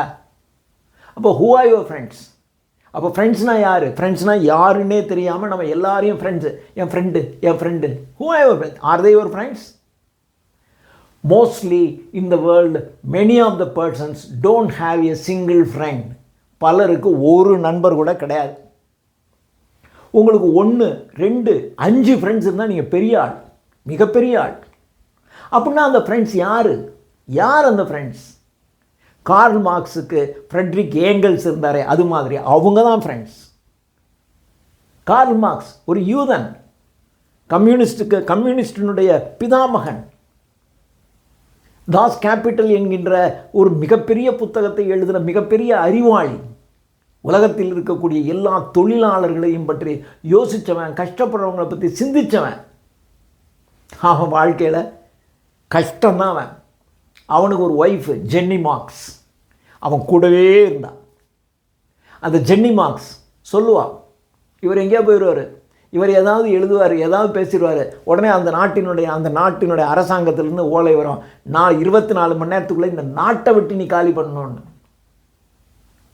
ஒரு ஊரை, ஒரு தெருவை விட்டு இல்லை, இந்த நாட்டை விட்டு நீ வெளியே எங்கேயா போ. அப்படி பல தடவை இப்படி நாடாக ஓடுனவன். அவன் ஓடினதோட அவன் பொண்டாட்டியும் சேர்த்து அவ்வளோ கஷ்டப்பட்டவன். அவனுக்கு ஒரு ஃப்ரெண்ட் இருந்தான், எங்கல்ஸ். கால் மார்க்ஸுக்கு ஒரு உதவி தேவைன்னா எங்கல்ஸ் எங்கே இருந்தாலும் வருவார். அவன் தான் ஃப்ரெண்டு. காளிதாசன் மிக அழகாக சொல்லுவார், ஒரு ஃப்ரெண்டுனா எப்படி இருக்கணும், பாலும் தண்ணீரை போல இருக்க வேண்டும். பாலும் தண்ணீர் ஒன்றோட ஒன்று கலந்துருச்சுன்னா அதை பிரிக்க முடியாது. என்ன சார் பிரிக்க முடியாதுங்கிறீங்க? பிரிக்க முடியும். அதை துன்பப்படுத்தி, தொல்லைப்படுத்தி, கஷ்டப்படுத்தி தான் பிடிக்க முடியும். பாலில் இருந்து தண்ணி எப்படி பிரிப்பீங்க? கொதிக்க வைப்பீங்க, அவ்வளோதானே. அப்போ கொதிக்க வைக்கிறதுங்கிறது எவ்வளோ கஷ்டமான வேலை. அதை போட்டு கொதிக்கணும், நல்லா ஹீட் பண்ணணும். அப்படி ஹீட் பண்ணும்போது இந்த தண்ணீர் அந்த பாலை விட்டு வெளியில் போகும். அந்த பாலை விட்டு தண்ணீர் வெளியில் போகும்போது அந்த பால், ஐயோ நண்பா போகாத போகாத அப்படின்னு அதுவும் பின்னாடியே ஓடி வரும். இந்த ஆவி போக போக போக தன்னை விட்டு இந்த தண்ணீர் என்கின்ற நண்பன் பிரிந்து போக போக அந்த இன்னொரு நண்பனாகிய அந்த பால் அப்படியே அதுவும் வெளியில் வந்து நானும் வர்றேன் அப்படின்னு கூட ஓடி வரும். அந்த வெளியே வர்ற அந்த பாலில் கொஞ்சோண்டு தண்ணியை எடுத்து அப்படி தெளிச்சிங்கன்னா போதும், மறுபடியும் உள்ள உட்காந்து, அப்பா என் ஃப்ரெண்டு கிடச்சிட்டாங்க, அமைதியாக உட்காந்துரும். சாகிறதுக்கு கூட வரும். அதான் ஃப்ரெண்டு. உங்களுக்கு எத்தனை ஃப்ரெண்ட்ஸ் இருக்காங்க? சும்மா எங்கேயாவது அப்படி ஊர் சுற்றுறதுக்கு கூட அழைச்சிட்டு போகிறாங்களே, ஆர் தே யுவர் ஃப்ரெண்ட்ஸ்? அவங்களுக்கு பொழுது போகலன்னா நம்ம வீட்டில் வந்து உட்காந்துட்டு நம்ம டயத்தெல்லாம் கில் பண்ணுவாங்களே, அவங்க ஃப்ரெண்ட்ஸா? Are they your friends? No. So அதனால தான் நான் சொல்கிறேன், நமக்கு ஃப்ரெண்டே இல்லை. 1 இருந்தால் பெரிய விஷயம், 5 இருந்துச்சுன்னா நீங்கள் லக்கி. ஆனால் இந்த சினிமாவிலெல்லாம் பார்த்தீங்கன்னா இந்த ஃப்ரெண்டுங்கிறவனுக்கு வேலையே, இவன் ஏதாவது ஒருத்தைய காதலிச்சிட்டான்னா உடனே அவங்கள பிடிச்சி சேர்த்து வைக்கிறது தான் இவனுக்கு வேலை. இதுதான் ஃப்ரெண்டுங்கிறான். ரொம்ப ஃப்ரெண்ட்ஷிப்பை பற்றி ரொம்ப அருமையான சினிமா எடுத்துனான், முட்டாள். Are they your friends? இந்த ஃப்ரெண்டில் இந்த சேர்த்து வைக்கிறதுக்காக கூட போன நண்பர்களில் ஒருத்தனுக்கு கால் ஒடிஞ்சு போகும், ஒருத்தனுக்கு காது செவிடாயிடும். இப்படி தான் கஷ்டப்பட்டு சேர்த்து வைக்கலாங்களாம். ஏடா இதான் அவனுக்கு வேலையா? முதல்ல நல்ல ஃப்ரெண்டாக இருந்தால் அவன் ஆரம்பிக்கும் போதே அவன் புரிஞ்சுக்குவான், இது சரியாக வராது. நீ ஐஏஎஸ் ப்ரிப்பேர் பண்ணுறடா, உனக்கு அதுக்கு நிறைய டைம் தேவைப்படும், இது இப்போ வேண்டாம் விட, இது நல்லதாக இருந்தாலும் கேட்டாலும் நிறுத்திக்க, அப்புறம் பார்த்துக்கோ சொல்லுவான். நீ கேட்கலைனாலும் உங்களை மீறி உங்களை பகைத்து கொண்டு உங்களுடைய வெறுப்பை சம்பாதித்து கொண்டு உங்களை காப்பாற்றுவான். அவன் தான் ஃப்ரெண்டு. சரி நான் சொல்லிட்டேன் கேட்கல, அப்புறம் நான் என்ன பண்ணுறது? அப்படி இல்லை. அவனுக்கு தனக்கு ஏற்பட்ட நஷ்டத்தை போல நினைத்து கொண்டு உங்களுக்காக கஷ்டப்பட்டு உங்கள் வீட்டில் போய் சொல்லுவான், அந்த இதை நடக்க விடாமல், அதாவது உங்களை அதில் பாதுகாப்பான். அவன் தான் ஃப்ரெண்டு. அப்படி எத்தனை ஃப்ரெண்ட்ஸ் உங்களுக்கு இருக்காங்க? அப்படி ஒரு ஃப்ரெண்டு, அதாவது உங்களுடைய விருப்பத்துக்கு மாறாக யாராவது செயல்பட்டாங்கன்னா அவங்க ஃப்ரெண்டு நீங்களே கட் பண்ணி விட்ருவீங்க. அப்போ நீங்களே ஒரு நல்ல ஃப்ரெண்டு இல்லை. சரி, அவன் நம்மளுடைய நன்மைக்காக தானே சொல்கிறான் அப்படின்னு நீங்கள் யோசிக்க மாட்டீங்க. என்னுடைய விருப்பத்தை, அப்போ உங்களுடைய விருப்பத்திற்கு உங்களுக்கு ஜால்ரா போட்டுக்கிட்டு உங்கள் கூடவே இருந்தால் அவன் தான் உங்கள் ஃப்ரெண்டா? அப்போ ஃப்ரெண்டுங்கிற கான்செப்டே உங்களுக்கு இல்லை. அப்போ you don't have friends. The friends தான். இந்த ஃப்ரெண்டு ஒரு காலேஜில் சேர்ந்துட்டாங்கங்கிறதுக்காக நானும் போய் உடன்கட்டேன். இல்லை என் ஃப்ரெண்டெல்லாம் அங்கே பிடிக்கிறாங்க இங்கே பிடிக்கிறாங்க, நானும் அங்கே தான் போவேன். Why? What is your goal? உங்களுடைய கோல் என்ன? இந்த கோலுக்கு எது சரியாகும் அதைத்தான் நீங்கள் செய்யணும். நிறைய பேர் பார்த்தீங்கன்னா சில காலேஜஸில் சேர்றதே என் ஃப்ரெண்டு படிக்கிறாங்க அதனால அங்கே. உங்களுடைய எண்ணம் என்ன? உங்களுடைய குறிக்கோள் என்ன? உங்களுடைய கோல் என்ன? உங்களுடைய டெஸ்டினேஷன் என்ன? அந்த டெஸ்டினேஷனை ரீச் பண்ணுறதுக்கு நீங்கள் என்ன செய்யணும்? அவ்வளோதானே. ஃப்ரெண்ட்ஸுங்கிறவங்க எங்கே இருந்தாலும் அவங்க ஃப்ரெண்டு தான். கூடவே ஒட்டிக்கிட்டே இருக்கணுங்கிற அவசியம் இல்லை. நம்ம கூட பார்க்காமே இருந்து 5 வருஷம் கழித்து நம்மளை பார்த்தாலும் அதான் ஃப்ரெண்டு. அப்படிப்பட்ட ஃப்ரெண்ட்ஸ் எத்தனை பேர் இருக்காங்க? ஸோ இந்த ஃப்ரெண்ட்ஸுங்கிறதான் டேஞ்சரானவங்க, நம்முடைய டைம் கில்லர்ஸ். இன்னும் சொல்லப்போனால் நம்ம தவறாக வழி நடத்திட்டு போகிறவங்களும் அவங்க தான். அதுவும் இந்த பெண்கள் சமயத்தில் அதில் இருக்கும். இந்த பொண்ணு யாரையாவது காதலிச்சிச்சுன்னா தனியாக போகிறது கூட ஒரு ஃப்ரெண்டையும் கூட்டிகிட்டு வரும் கொஞ்ச நாளைக்கு, அப்புறம் இதே கழட்டி விட்டுட்டு போயிடும். அவங்க 2 பேரும் நான் அங்கே உட்காந்து பேசிக்குவாங்க, இது இங்கேயே உட்காந்துட்டு இருக்கணும். ஃப்ரெண்டு இதான் வேலையை. இன்றைக்கி அவங்களுக்கு ஹெல்ப் பண்ணால் நாளைக்கு அப்போ உனக்கு இதே மாதிரி வரும், உனக்கு ஹெல்ப் பண்ணுறதுக்கு ஒரு ஆள் தேவை, அதுக்கு தான் நீ கூட இருக்கியா? அப்போது அந்த ஃப்ரெண்ட்ஸுங்கிற கான்செப்டே நமக்கு இல்லை. ஒரு ஃப்ரெண்டுன்னா யார், அவங்க எப்படி இருக்கணும், அந்த கான்செப்டே இல்லை. நம்ம செய்கிற தவறுகளுக்கெல்லாம் கூட வர்ற ஒரு ஆள், இதுதான் நம்முடைய ஃப்ரெண்டுங்கிற கான்செப்ட். இந்த கான்செப்டில் தான் எனக்கு ஃப்ரெண்டுன்னு சொல்லிக்கிட்டு இருக்கோம். They are not your friends. You don't have a friend at all. உங்களுக்கு நண்பர்களே இல்லைன்னு நான் சொல்கிறேன். நல்லா யோசிச்சு பாருங்கள், உங்களுக்கு ஃப்ரெண்டே கிடையாது. பிடிச்சிக்கங்க. ஒரு ஃப்ரெண்டுங்கிறது மிக மிக முக்கியம். ஆனால் நான் சொல்கிற மாதிரியான ஃப்ரெண்ட் இருக்கணும். அப்படி ஒரு ஃப்ரெண்டை தேடி கண்டுபிடிச்சி நீங்கள் அவங்களுக்கு உண்மையான ஃப்ரெண்டாக இருங்க, அவங்களும் உங்களுக்கு நல்ல ஃப்ரெண்டாக இருப்பாங்க. அப்படி ஒரு ஃப்ரெண்டு, 2 ஃப்ரெண்டு, அதிகபட்சம் ஒரு ஹேண்ட்ஃபுல் ஆஃப் ஃப்ரெண்ட்ஸ், அவ்வளோதான் தான் ஃப்ரெண்ட்ஸ். ஸோ நம்முடைய ஃப்ரெண்ட்ஸ் எல்லாமே, இன்னும் சொல்லப்போனால் பசங்களை பொறுத்த வரைக்கும் இந்த ஃப்ரெண்ட்ஸ் தான் பொதுவாக ஃப்ரெண்ட்ஸ் டைம் கில்லர்ஸ்.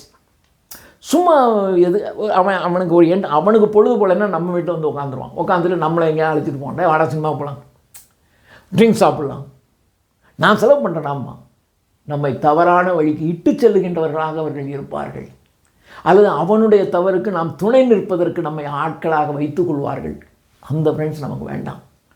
ஸோ நல்ல ஃப்ரெண்ட்ஸ் வச்சுங்க. நீங்கள் நினைக்கிற யாருமே உங்களுக்கு ஃப்ரெண்டு இல்லை, ஞாபகம் வச்சுங்க. இது அடுத்தது லவ். இது மிக மிக முக்கியமான விஷயம். இப்போ இருக்கிறவங்களுக்கு லவ்னா என்னன்னே தெரியல. லவ் என்பது வேறு, இனக்கவர்ச்சி என்பது வேறு. ஆண் பெண் என்பது 2 வகையான இனம். இந்த இனங்களுக்கு இடையே ஒரு அருமையான கவர்ச்சி இருக்கும், அவ்வளோதான். அதுவும் இந்த சின்ன வயசில், அந்த வயசு ஆக ஆக அப்படியே பார்த்திங்கன்னா அந்த ஒரு பெண்ணை பார்ப்பதற்கும் அதே மாதிரி ஒரு ஆணை பார்ப்பதற்கும் ரொம்ப சந்தோஷமாக இருக்கும், ஹாப்பியாக இருக்கும். அது இனக்கவர்ச்சி. இது புரியாமல் இதை லவ்னு நினச்சிக்கிட்டு அதுக்குள்ளே போய் மாட்டிக்கிறோம். நிறைய பேர் மாட்டிக்கிறான். ஒருத்தன் கூட தப்பிக்கிறதே கிடையாது. மாட்டிக்க வேண்டாம். லவ்ங்கிறது மிக உயர்ந்த விஷயம். அது ரொம்ப ஒஸ்தி. உங்கள் கூட இருக்கிறவனெல்லாம் என்னன்னே தெரியாது. ரொம்ப பேர் வந்து ஃப்ரெண்டுன்னு சொல்லுவான், பிரதருமா சிஸ்டருமா எல்லாம் பேசுவான். Are they your friends, are they your brothers or sisters? நீங்கள் இந்த பிரதர்னு சொல்லிக்கிட்டு இருக்கவன் உங்கள் சொல்லி உங்களுக்கு வருவான், உங்கள் கூடவே வருவான், எல்லாம் பண்ணிக்கிட்டே இருப்பான். ஒரே கொஞ்ச நாள் கழித்து நீங்களே நான் உன்னை காதலிக்கணும்னு எனக்கு தோணுதுன்னு நீங்கள் சொல்லி பாருங்கள். அடுத்த நாளே அவன் அந்த ஃப்ரெண்டே விட்டுருவான், அவங்களை காதலிக்க ஆரம்பிச்சிடுவான். இதே கதை தான் உங்கள் பிரதர் சிஸ்டர்னு சொல்கிறவன் கதையும் நான் பார்த்து நிறைய பேர் நான் பார்த்துங்க. பிரதர் சிஸ்டர்னு சொல்லி தான் இருப்பான். கொஞ்ச நாள் கழித்து பார்த்தா 2 ஒன்றா சுற்றும். இது எப்படா பிரதர் சிஸ்டர் எப்படா லவர்ஸ் ஆனாங்க? இந்த கான்செப்டே இருக்காது. சும்மா ஒரு பேருக்கு they call it friends, brothers, sisters. But they really they don't mean. அப்படி அவங்க நினைக்கிறதே இல்லை, சும்மா அப்படி சொல்லுவாங்க.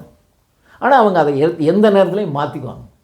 என்னுடைய நண்பர் ஒருத்தர் சொன்னார், அவர் ஏதோ இந்த சீரியல் பார்ப்பார் போல. இது சீரியலை பார்த்துட்டு வந்து அந்த சீரியல் பார்த்திங்கன்னா அவன் அப்படி இருந்தான். கடைசியில் அவள் வந்து அப்படி சொன்ன உடனே அப்படியே மாறி சிஸ்டர் அப்படின்ட்டான். முட்டாள்.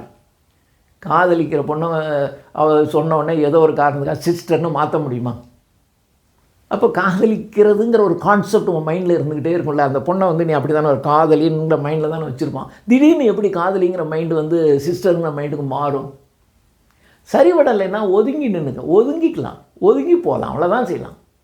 நான் சிஸ்டராக நினப்பேன், அதான் நினப்பேன், இதை பண்ணப்பேன். இது ஊரை ஏமாத்துற வேலை. ஸோ ரொம்ப பேர் இந்த லவ் மேக்கிங்கில் இருக்கவனுக்கு ஃப்ரெண்டுனா என்னன்னு தெரியல, சிஸ்டர்னா என்னன்னு தெரியல, பிரதர்னா என்னன்னு தெரியல, ஒரு குழப்பத்துக்குள்ளே இருந்து வாழ்ந்துக்கிட்டு இருக்கான். இதில் சிக்கிக்கக்கூடாது. லவ்வில் சிக்கிடாதீங்க. இருக்கும் லவ்ங்கிறது அப்போ மோசமானதா? இல்லை. லவ் மாதிரி உலகத்தில் ஒரு இன்பமான விஷயம் உலகத்திலே கிடையாது. வாழ்க்கையில் நல்ல சந்தோஷமாக நீங்கள் லவ் பண்ணுங்கள், அது மிக மிக முக்கியம். ஆனால் அது லவ் பண்ணணும். லவ்ங்கிறது அது வேற. ஆதலினால் காதல் செய்வீர் உலகத்தீரே, அகுதன்றோ இவ்வுலக தலைமை இன்பம். காதலினால் மானுடர்க்கு கலவியுண்டாம், கலவியிலே மானுடர்க்கு கவலை தீரும். காதலினால் மானுடர்க்கு கலைகள் உண்டாம், சிற்ப முதற் கலைகள் உண்டாம். ஆகையினால் காதல் செய்வீர் உலகத்தீரே, அகுதன்றோ இவ்வுலக தலைமை இன்பம் என்று மகாகவி பாரதியார் சொல்றார். பாரதியை விட அறிவாளி நம்ம யாருமா? அவர் சொல்றார் காதல் தான் பெஸ்ட்டு. ஆனால் எப்போ, எது, இப்போ நமக்கு தெரியாது. இது இனக்கவர்ச்சி. என்னால் ஆகட்டும், ஐஏஎஸ் எழுதுங்க, ஐஏஎஸ் பரீட்சை முடித்தோடனே டேராடூன் ஐஏஎஸ் ட்ரைனிங், உலகத்தில் எல்லா பகுதியில் இருக்கக்கூடிய செலக்ட் ஆனவங்கெல்லாம் வருவாங்க. யார் யாரோ எல்லா மொழியிலேருந்தோ வருவான். அங்கே உங்கள் மைண்ட் மாதிரியே ஒருத்தன் இருப்பான், பிடிக்கும் உங்களுக்கு. அப்பையும் அவன் தான் செலக்ட் பண்ணிடாதீங்க. அவன் திருட்டு வேலை கூட இருப்பான், ஐஏஎஸ் ஆகிடுவான். ஆனால் பெரிய பணப்புட்டியாக இருப்பான், ஊரெல்லாம் லஞ்சம் வாங்குற மாதிரி இருப்பான். அது மாதிரியே இருப்பான் ஐஏஎஸ் ஆஃபீஸர்ஸ். விட்டுருங்க, எனக்கு ரொம்ப பிடிக்குது, இருக்கட்டும். அப்புறம் அவங்கவுங்க போஸ்டிங்ஸ் எங்கெங்கேயோ வாட்ச் பண்ணிக்கிட்டே இருங்க. உங்களை மாதிரியே அவனும் ஒரு ஆளாக இருப்பான். அப்போது தொடர்பு கொள்ளுங்கள். உங்கள் ஊரில் நீ இப்படியெல்லாம் செய்கிறியாமே, நான் இங்கே இப்படியெல்லாம் செய்கிறேன், அப்படியா? உங்களை மாதிரியே அவனு இருந்தால் மறுபடியும் உங்களோட இதே அந்த லைக் மைண்டட்னு இருக்கு இல்லையா, அந்த ஒத்த மனநிலை. அப்போ ஒருத்தர் பேசுவாங்க, காலப்போக்கில் அதுவாக காதலாக மாறும். அதுதான் காதல். நான் 20 வருஷமாக காத்துக்கிட்டே கிடக்க வேண்டியதான், ஒன்றும் இல்லை. அந்த லவ்னா புரியவே புரியாது. ரொம்ப பேருக்கு லவ்னா என்னன்னே புரியாது. அது புரிஞ்சதில் யாரும் ஜென்மங்களாக இருப்பாங்க. Wait, an occasion will come, you will also love, but wait for it. Understand பண்ணுங்கள், என்னன்னு தெரிஞ்சுக்கங்க. அதுக்கு முன்னாடி நீங்கள் செய்ய வேண்டிய காரியங்கள் நிறைய இருக்குது. லவ். கடைசியாக என்ன செய்யக்கூடாது? என்டர்டெயின்மெண்ட். அந்த காலத்துலலாம் எங்களுக்கு என்டர்டெயின்மெண்ட்டே கிடையாது. என்டர்டெயின்மெண்ட், பொழுதுபோக்கு என்று சொன்னால் சினிமாவுக்கு போகிறது தான் பொழுதுபோக்கு. ஒரு காலத்தில் நாங்கள் காலேஜ் படிக்கும்போது ஒன்றுமே கிடையாது. என்டர்டெயின்மெண்ட்லாம் சினிமா. ஹோட்டல் கூட போக முடியாது, ஹோட்டலே இருக்காது. இருக்கும் அந்த கடத்தெருவுக்குள்ளே போனீங்கன்னா ஏதாவது 1-2 சின்ன சின்ன ஹோட்டல்ஸ் இருக்கும், அவ்வளோதான். ஆனால் இப்போ தெருவுக்கு ஒரு சின்ன சந்து இருந்தால் அங்கே ஒரு ஹோட்டல் இருக்குது. எல்லாம் ஹோட்டலில் தான் சாப்பிட்றான். ஞாயிற்றுக்கிழமை ஆகிடுச்சுன்னா சரி அப்படியே ஹோட்டலில் போய் நீங்கள் அப்படியே போயிட்டு ஹோட்டலில் சாப்பிட்டுட்டு அப்புறம் வரலாம். ஒரு 4 மணி நேரம் காலி, 4 மணி நேரம் காலி, ஒரு 1000 ரூபா பணம் காலி. Entertainment. There are lot of entertainments arounds us. நம்மை சுற்றிலும், நம்ம வீட்டுக்குள்ளேயும். முந்தையெல்லாம் சினிமாவுக்கு போனால் ஒரு சினிமா எப்போயாவது வரும், வந்துச்சுன்னா ஒரு சினிமா வந்தால் 100 நாள்லாம் ஓடும். அப்போ அந்த படம் மாறுறதுக்கே 2 மாதம் ஆகும். 2 மாதம் கழித்து இன்னொரு படம் வரும், இன்னொரு படம் வரும். அப்படி தான் பார்க்க முடியும் சினிமா. அது ஒன்று தான் என்டர்டெயின்மெண்ட். வேணால் பார்த்த படத்தை இன்னொரு தடவை பார்க்கலாம், இன்னொரு தடவை பார்க்கலாம், அவ்வளோதான் செய்ய முடியும். இப்போ வாரத்துக்கு 5 சினிமா வந்துக்கிட்டே இருக்குது. வீட்டுக்குள்ளே there are many channels which they run only cinemas. அது முடிஞ்சோடனே அடுத்த சினிமா, அடுத்த சினிமா, அடுத்த சினிமா. ஒரு நாளைக்கு 10 சினிமா போட்டுக்கிட்டே இருக்கான். நீங்கள் எப்படி இந்த சேனல், அந்த சேனல், அந்த சேனல் மாற்றி பார்த்து உங்களுக்கு எந்த சேனலில் என்ன படம் ஓடுதோ பிடிக்கலாம். அதுக்கப்புறம் ஓடிபின்னு ஒன்று வந்துருச்சு, ஓடிடியா அது ஒன்று. அந்த தளத்தில் பார்த்தீங்கன்னா நெட்ஃப்ளிக்ஸு அது இதுன்னு பார்த்தீங்கன்னா ப்ரைம் வீடியோ எல்லாம், G5, நிறைய சினிமா தான். உங்களை சரி அந்த சினிமா எப்படி இருக்குது? உங்களை ஒரு கொலைகாரராக மாற்றுகின்றன, உங்களை வக்ரம் பிடித்த மனிதனாக மாற்றுகின்றவைகளாக அவைகள் இருக்கின்றன. இந்த என்டர்டெயின்மெண்ட்லாம் அப்படி தான் இருக்குது. உங்களுடைய நேரத்தெல்லாம் கொண்டு உங்களுடைய மூளையை சலவை செய்கின்ற பல சினிமாக்களாக அவைகள் இருக்கின்றன. ஒரு நோபல் பிக்சர்ஸ் இல்லை. இருக்கும் 1-2 நடுவில் வரும். ஆனால் இதுக்காக நம்ம என்ன செய்ய முடியும்? ஸோ இந்த என்டர்டெயின்மெண்ட்டில் ரொம்ப ஜாக்கிரதையாக இருக்கணும். என்டர்டெயின்மெண்ட் பொழுதுபோக்கு. we may have hobbies. நம்ம ஹாபி வச்சுக்கலாம் என்டர்டெயின்மெண்ட்டை விட. ஹாபி, இதை இறையன்பு அழகாக சொல்லுவார், பொழுது ஆக்கம். என்டர்டெயின்மெண்ட் பொழுதுபோக்கு, பொழுதை போக்கிறது. ஆனால் ஹாபி என்பது உங்களுடைய பொழுதை ஆக்கப்பூர்வமாக செயல்படுத்துவது, ஆக்கப்பூர்வமாக மாற்றுவது. அதுதான் hobby. You may have hobbies. Hobbies, there are 3 varieties of hobbies. One type of hobby, build your physique. உங்களுடைய உடலை வலிமைப்படுத்துகின்ற ஹாபீஸாக சிலது இருக்கும். ஜிம்முக்கு போவோம், எக்ஸசைஸ் பண்ணுவோம், அப்படி கிரிக்கெட் விளையாடுவோம், ஃபுட்பால் விளையாடுவோம். அதெல்லாம் நம்ம உடம்புக்கு ஆரோக்கியத்தை கொடுக்கின்ற ஹாபீஸ் வச்சுக்கலாமே. நடுவில் போய் ஒரு 1 hour விளையாண்டுட்டு வரலாம். உடம்புக்கு மகிழ்ச்சி, மனதுக்கு மகிழ்ச்சி, நல்ல ஆரோக்கியமான காற்று, சூப்பராக இருக்கும், உடம்புக்கு நல்லது. உங்களுக்கு கொஞ்சம் அப்படி ஒரு மாதிரி டயர்டாக இருக்குது அப்படின்னா போய் விளையாடுங்க. அவுட்டோர் கேம் விளையாட முடியல, இன்டோர் கேம் விளையாடுங்க. அம்மா கூட விளையாடுங்க, தங்கச்சி கூட விளையாடுங்க. சின்னதாக ஒரு தாயக்கட்டை விளையாடுங்க, கேரம் போர்டு விளையாடுங்க, செஸ் போர்டு விளையாடுங்க, செஸ் விளையாடலாம். Hobby. There are some certain type of hobbies with that improves your intelligence. நம்முடைய புத்திசாலித்தனத்தை அதிகப்படுத்துகின்ற, கூர்மையாக்குகின்ற ஹாபிஸ் உண்டு. ரீடிங் புக்ஸ், வாட்சிங் குட் சினிமாஸ், நல்ல இன்டர்நேஷ்னல் சினிமா, ரொம்ப அருமையான சினிமாக்கெல்லாம் உண்டு. அது மாதிரி தேர்ந்தெடுத்து பார்க்க தெரியணும் சினிமா. நல்ல நாவல்கள் படிக்கலாம், கதைகள் படிக்கலாம், கட்டுரைகள் படிக்கலாம், நிறைய புத்தகங்கள் படிக்கலாம், உங்களுடைய அறிவை வளர்த்து கொள்ளலாம். ஏன் யூடியூப்பில் கூட பார்க்கலாம், யூடியூப்பில் கூட உங்கள் நேரத்தை செலவழித்து உங்களுடைய அறிவை வளர்த்து கொள்ளலாம். சாக்ரட்டிஸ் ஸ்டுடியோ, நான் ஒன்று அடிக்கடி பார்ப்பேன், சாக்ரட்டிஸ் ஸ்டுடியோ அப்படின்னு ஒரு யூடியூப் சேனல். என்னமா பேசுகிறார் அந்த ப்ரொஃபஸர், ஒரு ப்ரொஃபஸர் முரளி அப்படின்னு பேர். நீங்கள் நினச்சி பார்க்க முடியாத ஆளுங்களெல்லாம் பார்த்து நீங்கள் வியந்து போகிற ஆளை பற்றி டக்குன்னு போடுறார். நான் ஒரு வீடியோ பாரத் இங்கிலீஷ் அகாடமியில் போட்டேன். இந்த சிமன் டி போயர்னுடைய இந்த செகண்ட் செக்ஸுங்கிற ஒரு வீடியோ ஒன்று போட்டேன். போட்டிருக்கும்போது ஒரு நாள் பார்க்குறேன், அவர் அதுக்கு லெக்சர் கொடுத்துருக்காரு. உட்காந்து 1 மணி நேரம் கேட்டேன் அந்த சிமன் டி போயரை பற்றி. அவர் சொல்கிறார், 1 hour சொல்கிறார். கேளுங்க, நாலேஜ் வரும். ஸோ யூடியூப்புங்கிறது அல்ல இந்த மொபைலுங்கிறது மோசம்லாம் இல்லை, அதுலேயும் நல்ல விஷயங்கள் இருக்குது. நீங்கள் எதை தேர்ந்தெடுக்கிறீங்கிறதெல்லாம் தான் இருக்குது. ஸோ உங்களுடைய நாலேஜை வளர்த்து கொள்ளுகின்றவை. இன்னொரு டைப் ஆஃப் ஹாபிஸ் இருக்குது, இட் டெவலப்ஸ் யுவர் ஸ்கில். உங்களுடைய ஸ்கில்லை வளர்க்கும். அம்மா பார்த்தீங்கன்னா ஏதாவது குக்கிங் சேனல் பார்த்துட்ருப்பாங்க. இவங்க ஒரு மாதிரி குக் பண்ணுவாங்க, அவங்க ஒரு மாதிரி சொல்லுவாங்க. அதை நீங்கள் ட்ரை பண்ணி பார்த்தீங்கன்னா நல்லாவே இருக்கும். அது மாதிரி உங்களுடைய ஸ்கில்லை வளர்த்து கொள்வது. இந்த தையலில் இருக்கிறவங்க பார்த்தீங்கன்னா சில தையலுக்கு நிறைய பேர் வீடியோ போடுவாங்க, அதை பார்த்துட்டு இவங்க ட்ரை பண்ணிப்பாங்க, ரொம்ப அருமையாக இருக்கும். அது மாதிரி உங்கள்கிட்ட ஏதாவது ஒரு ஸ்கில் இருந்தால் அந்த ஸ்கில்லை இன்னும் அதிகப்படுத்தி கொள்வதற்காக there are many things. அதுக்கு நீங்கள் டைம் ஸ்பெண்ட் பண்ணலாம். Skill developing.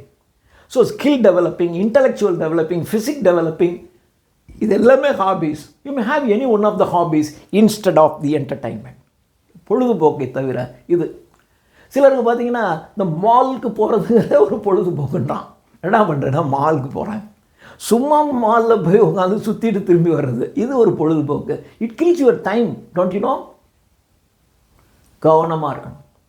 ஸோ இந்த டோன்ட்ஸ்ன்னு சொன்ன பாருங்கள், இந்த மொபைல்ஸ், ஃப்ரெண்டு, லவ், என்டர்டெயின்மெண்ட், இவைகளில் மிகவும் ஜாக்கிரதையாக நீங்கள் கையாண்டீர்கள் என்றால் உங்களுக்கு தேவையான நேரம் கிடைக்கும். அந்த நேரம் உங்களுடைய வாழ்க்கையை வளப்படுத்தும். சார் அப்போ நான் ஹாப்பியாகவே இருக்க முடியாது. ஹாப்பின்னா என்ன? நல்லா படித்து நிறைய நாலேஜபிள் ஆகிறதே ஹாப்பி தான். நீங்கள் நல்லா புரிஞ்சு ஒன்று படித்து பாருங்கள், ரொம்ப சந்தோஷமாக இருக்கும். சந்தோஷம்னா என்ன? இந்த இதா அப்படி ஜாலியாக ஃப்ரெண்ட்ஸோடு போகிறது வர்றது. நான் என்ஜாய் என் லைஃப். இது வேறு, நான் என்ஜாய் பண்ணணும். என்ன என்ஜாய் பண்ணணும்? என்ஜாய்னா என்னன்னே தெரியல ரொம்ப பேருக்கு. அப்படியே ஊர் சுற்றுறது, ஃப்ரெண்டுக்கிட்ட போகிறது, அரட்டை அடிக்கிறது, கதவு, இதுக்கு பேராக என்ஜாய்மெண்ட்னு பேர். லைஃப்பை என்ஜாய் பண்ணுறது தனியாக இருந்து கொண்டு கூட அழகாக என்ஜாய் பண்ணாமே. அது உங்களுடைய மனநிலை பொறுத்தது. Happiness is within you, it is not outside. சந்தோஷம், மகிழ்ச்சி என்பது உங்கள் உள்ளத்துக்குள்ளே இருக்கிற விஷயம். அதை நீங்கள் வெளியில் தேடினீங்கன்னா அதுதான் என்ஜாய்மெண்ட், அதுதான் ஹாப்பினஸ்ன்னு நீங்கள் நினச்சிங்கன்னா உங்களுக்கு ஹாப்பினஸே கிடையாது. உங்களுக்கு ஹாப்பினஸை பற்றின நாலேஜே இல்லைன்னு அர்த்தம். கவனமாக இருங்க, இதை செய்யாதீங்க. எதை செய்யணும்னு சொல்லியிருக்கணும் அது முயற்சி பண்ணுங்கள், கொஞ்சம் கொஞ்சமாக செய்யுங்க. நீங்கள் செய்ய வேண்டியதை செய்யுங்க, செய்யக்கூடாததை தவிர்த்துட்டிங்கன்னா இவைகளெல்லாம் சாதிக்கிறது ஒரு ஈஸியான வேலை. ஈஸியாக சாதித்து மிகப்பெரிய வெற்றியை நீங்கள் அடைவீர்கள். நீங்கள் அடையணும். 100 IAS நான் உருவாக்குவேன், அந்த 100ல் நீங்கள் ஒரு ஆளாக இருக்க வேண்டும் என்று கேட்டுக்கொண்டு இந்த வீடியோ நீங்கள் இவ்வளோ நேரம் பார்த்ததுக்கு நன்றி. அதுக்கப்புறம் இதில் நான் போடுற வீடியோஸையும் அதை பாருங்கன்னு நான் ரெக்கமெண்ட் பண்ணலை. ஆனால் நீங்கள் ஏதாவது ஒரு காம்படிட்டிவ் எக்ஸாமினேஷன் போகணும், ஒரு கவர்மெண்ட் ஜாபுக்கு போகணும்னு நினச்சிங்கன்னா இந்த வீடியோக்கள் நிச்சயமாக உங்களுடைய எதிர்பார்ப்பை பூர்த்தி செய்யும் என்று சொல்லிக்கிறேன். நன்றி, வணக்கம்.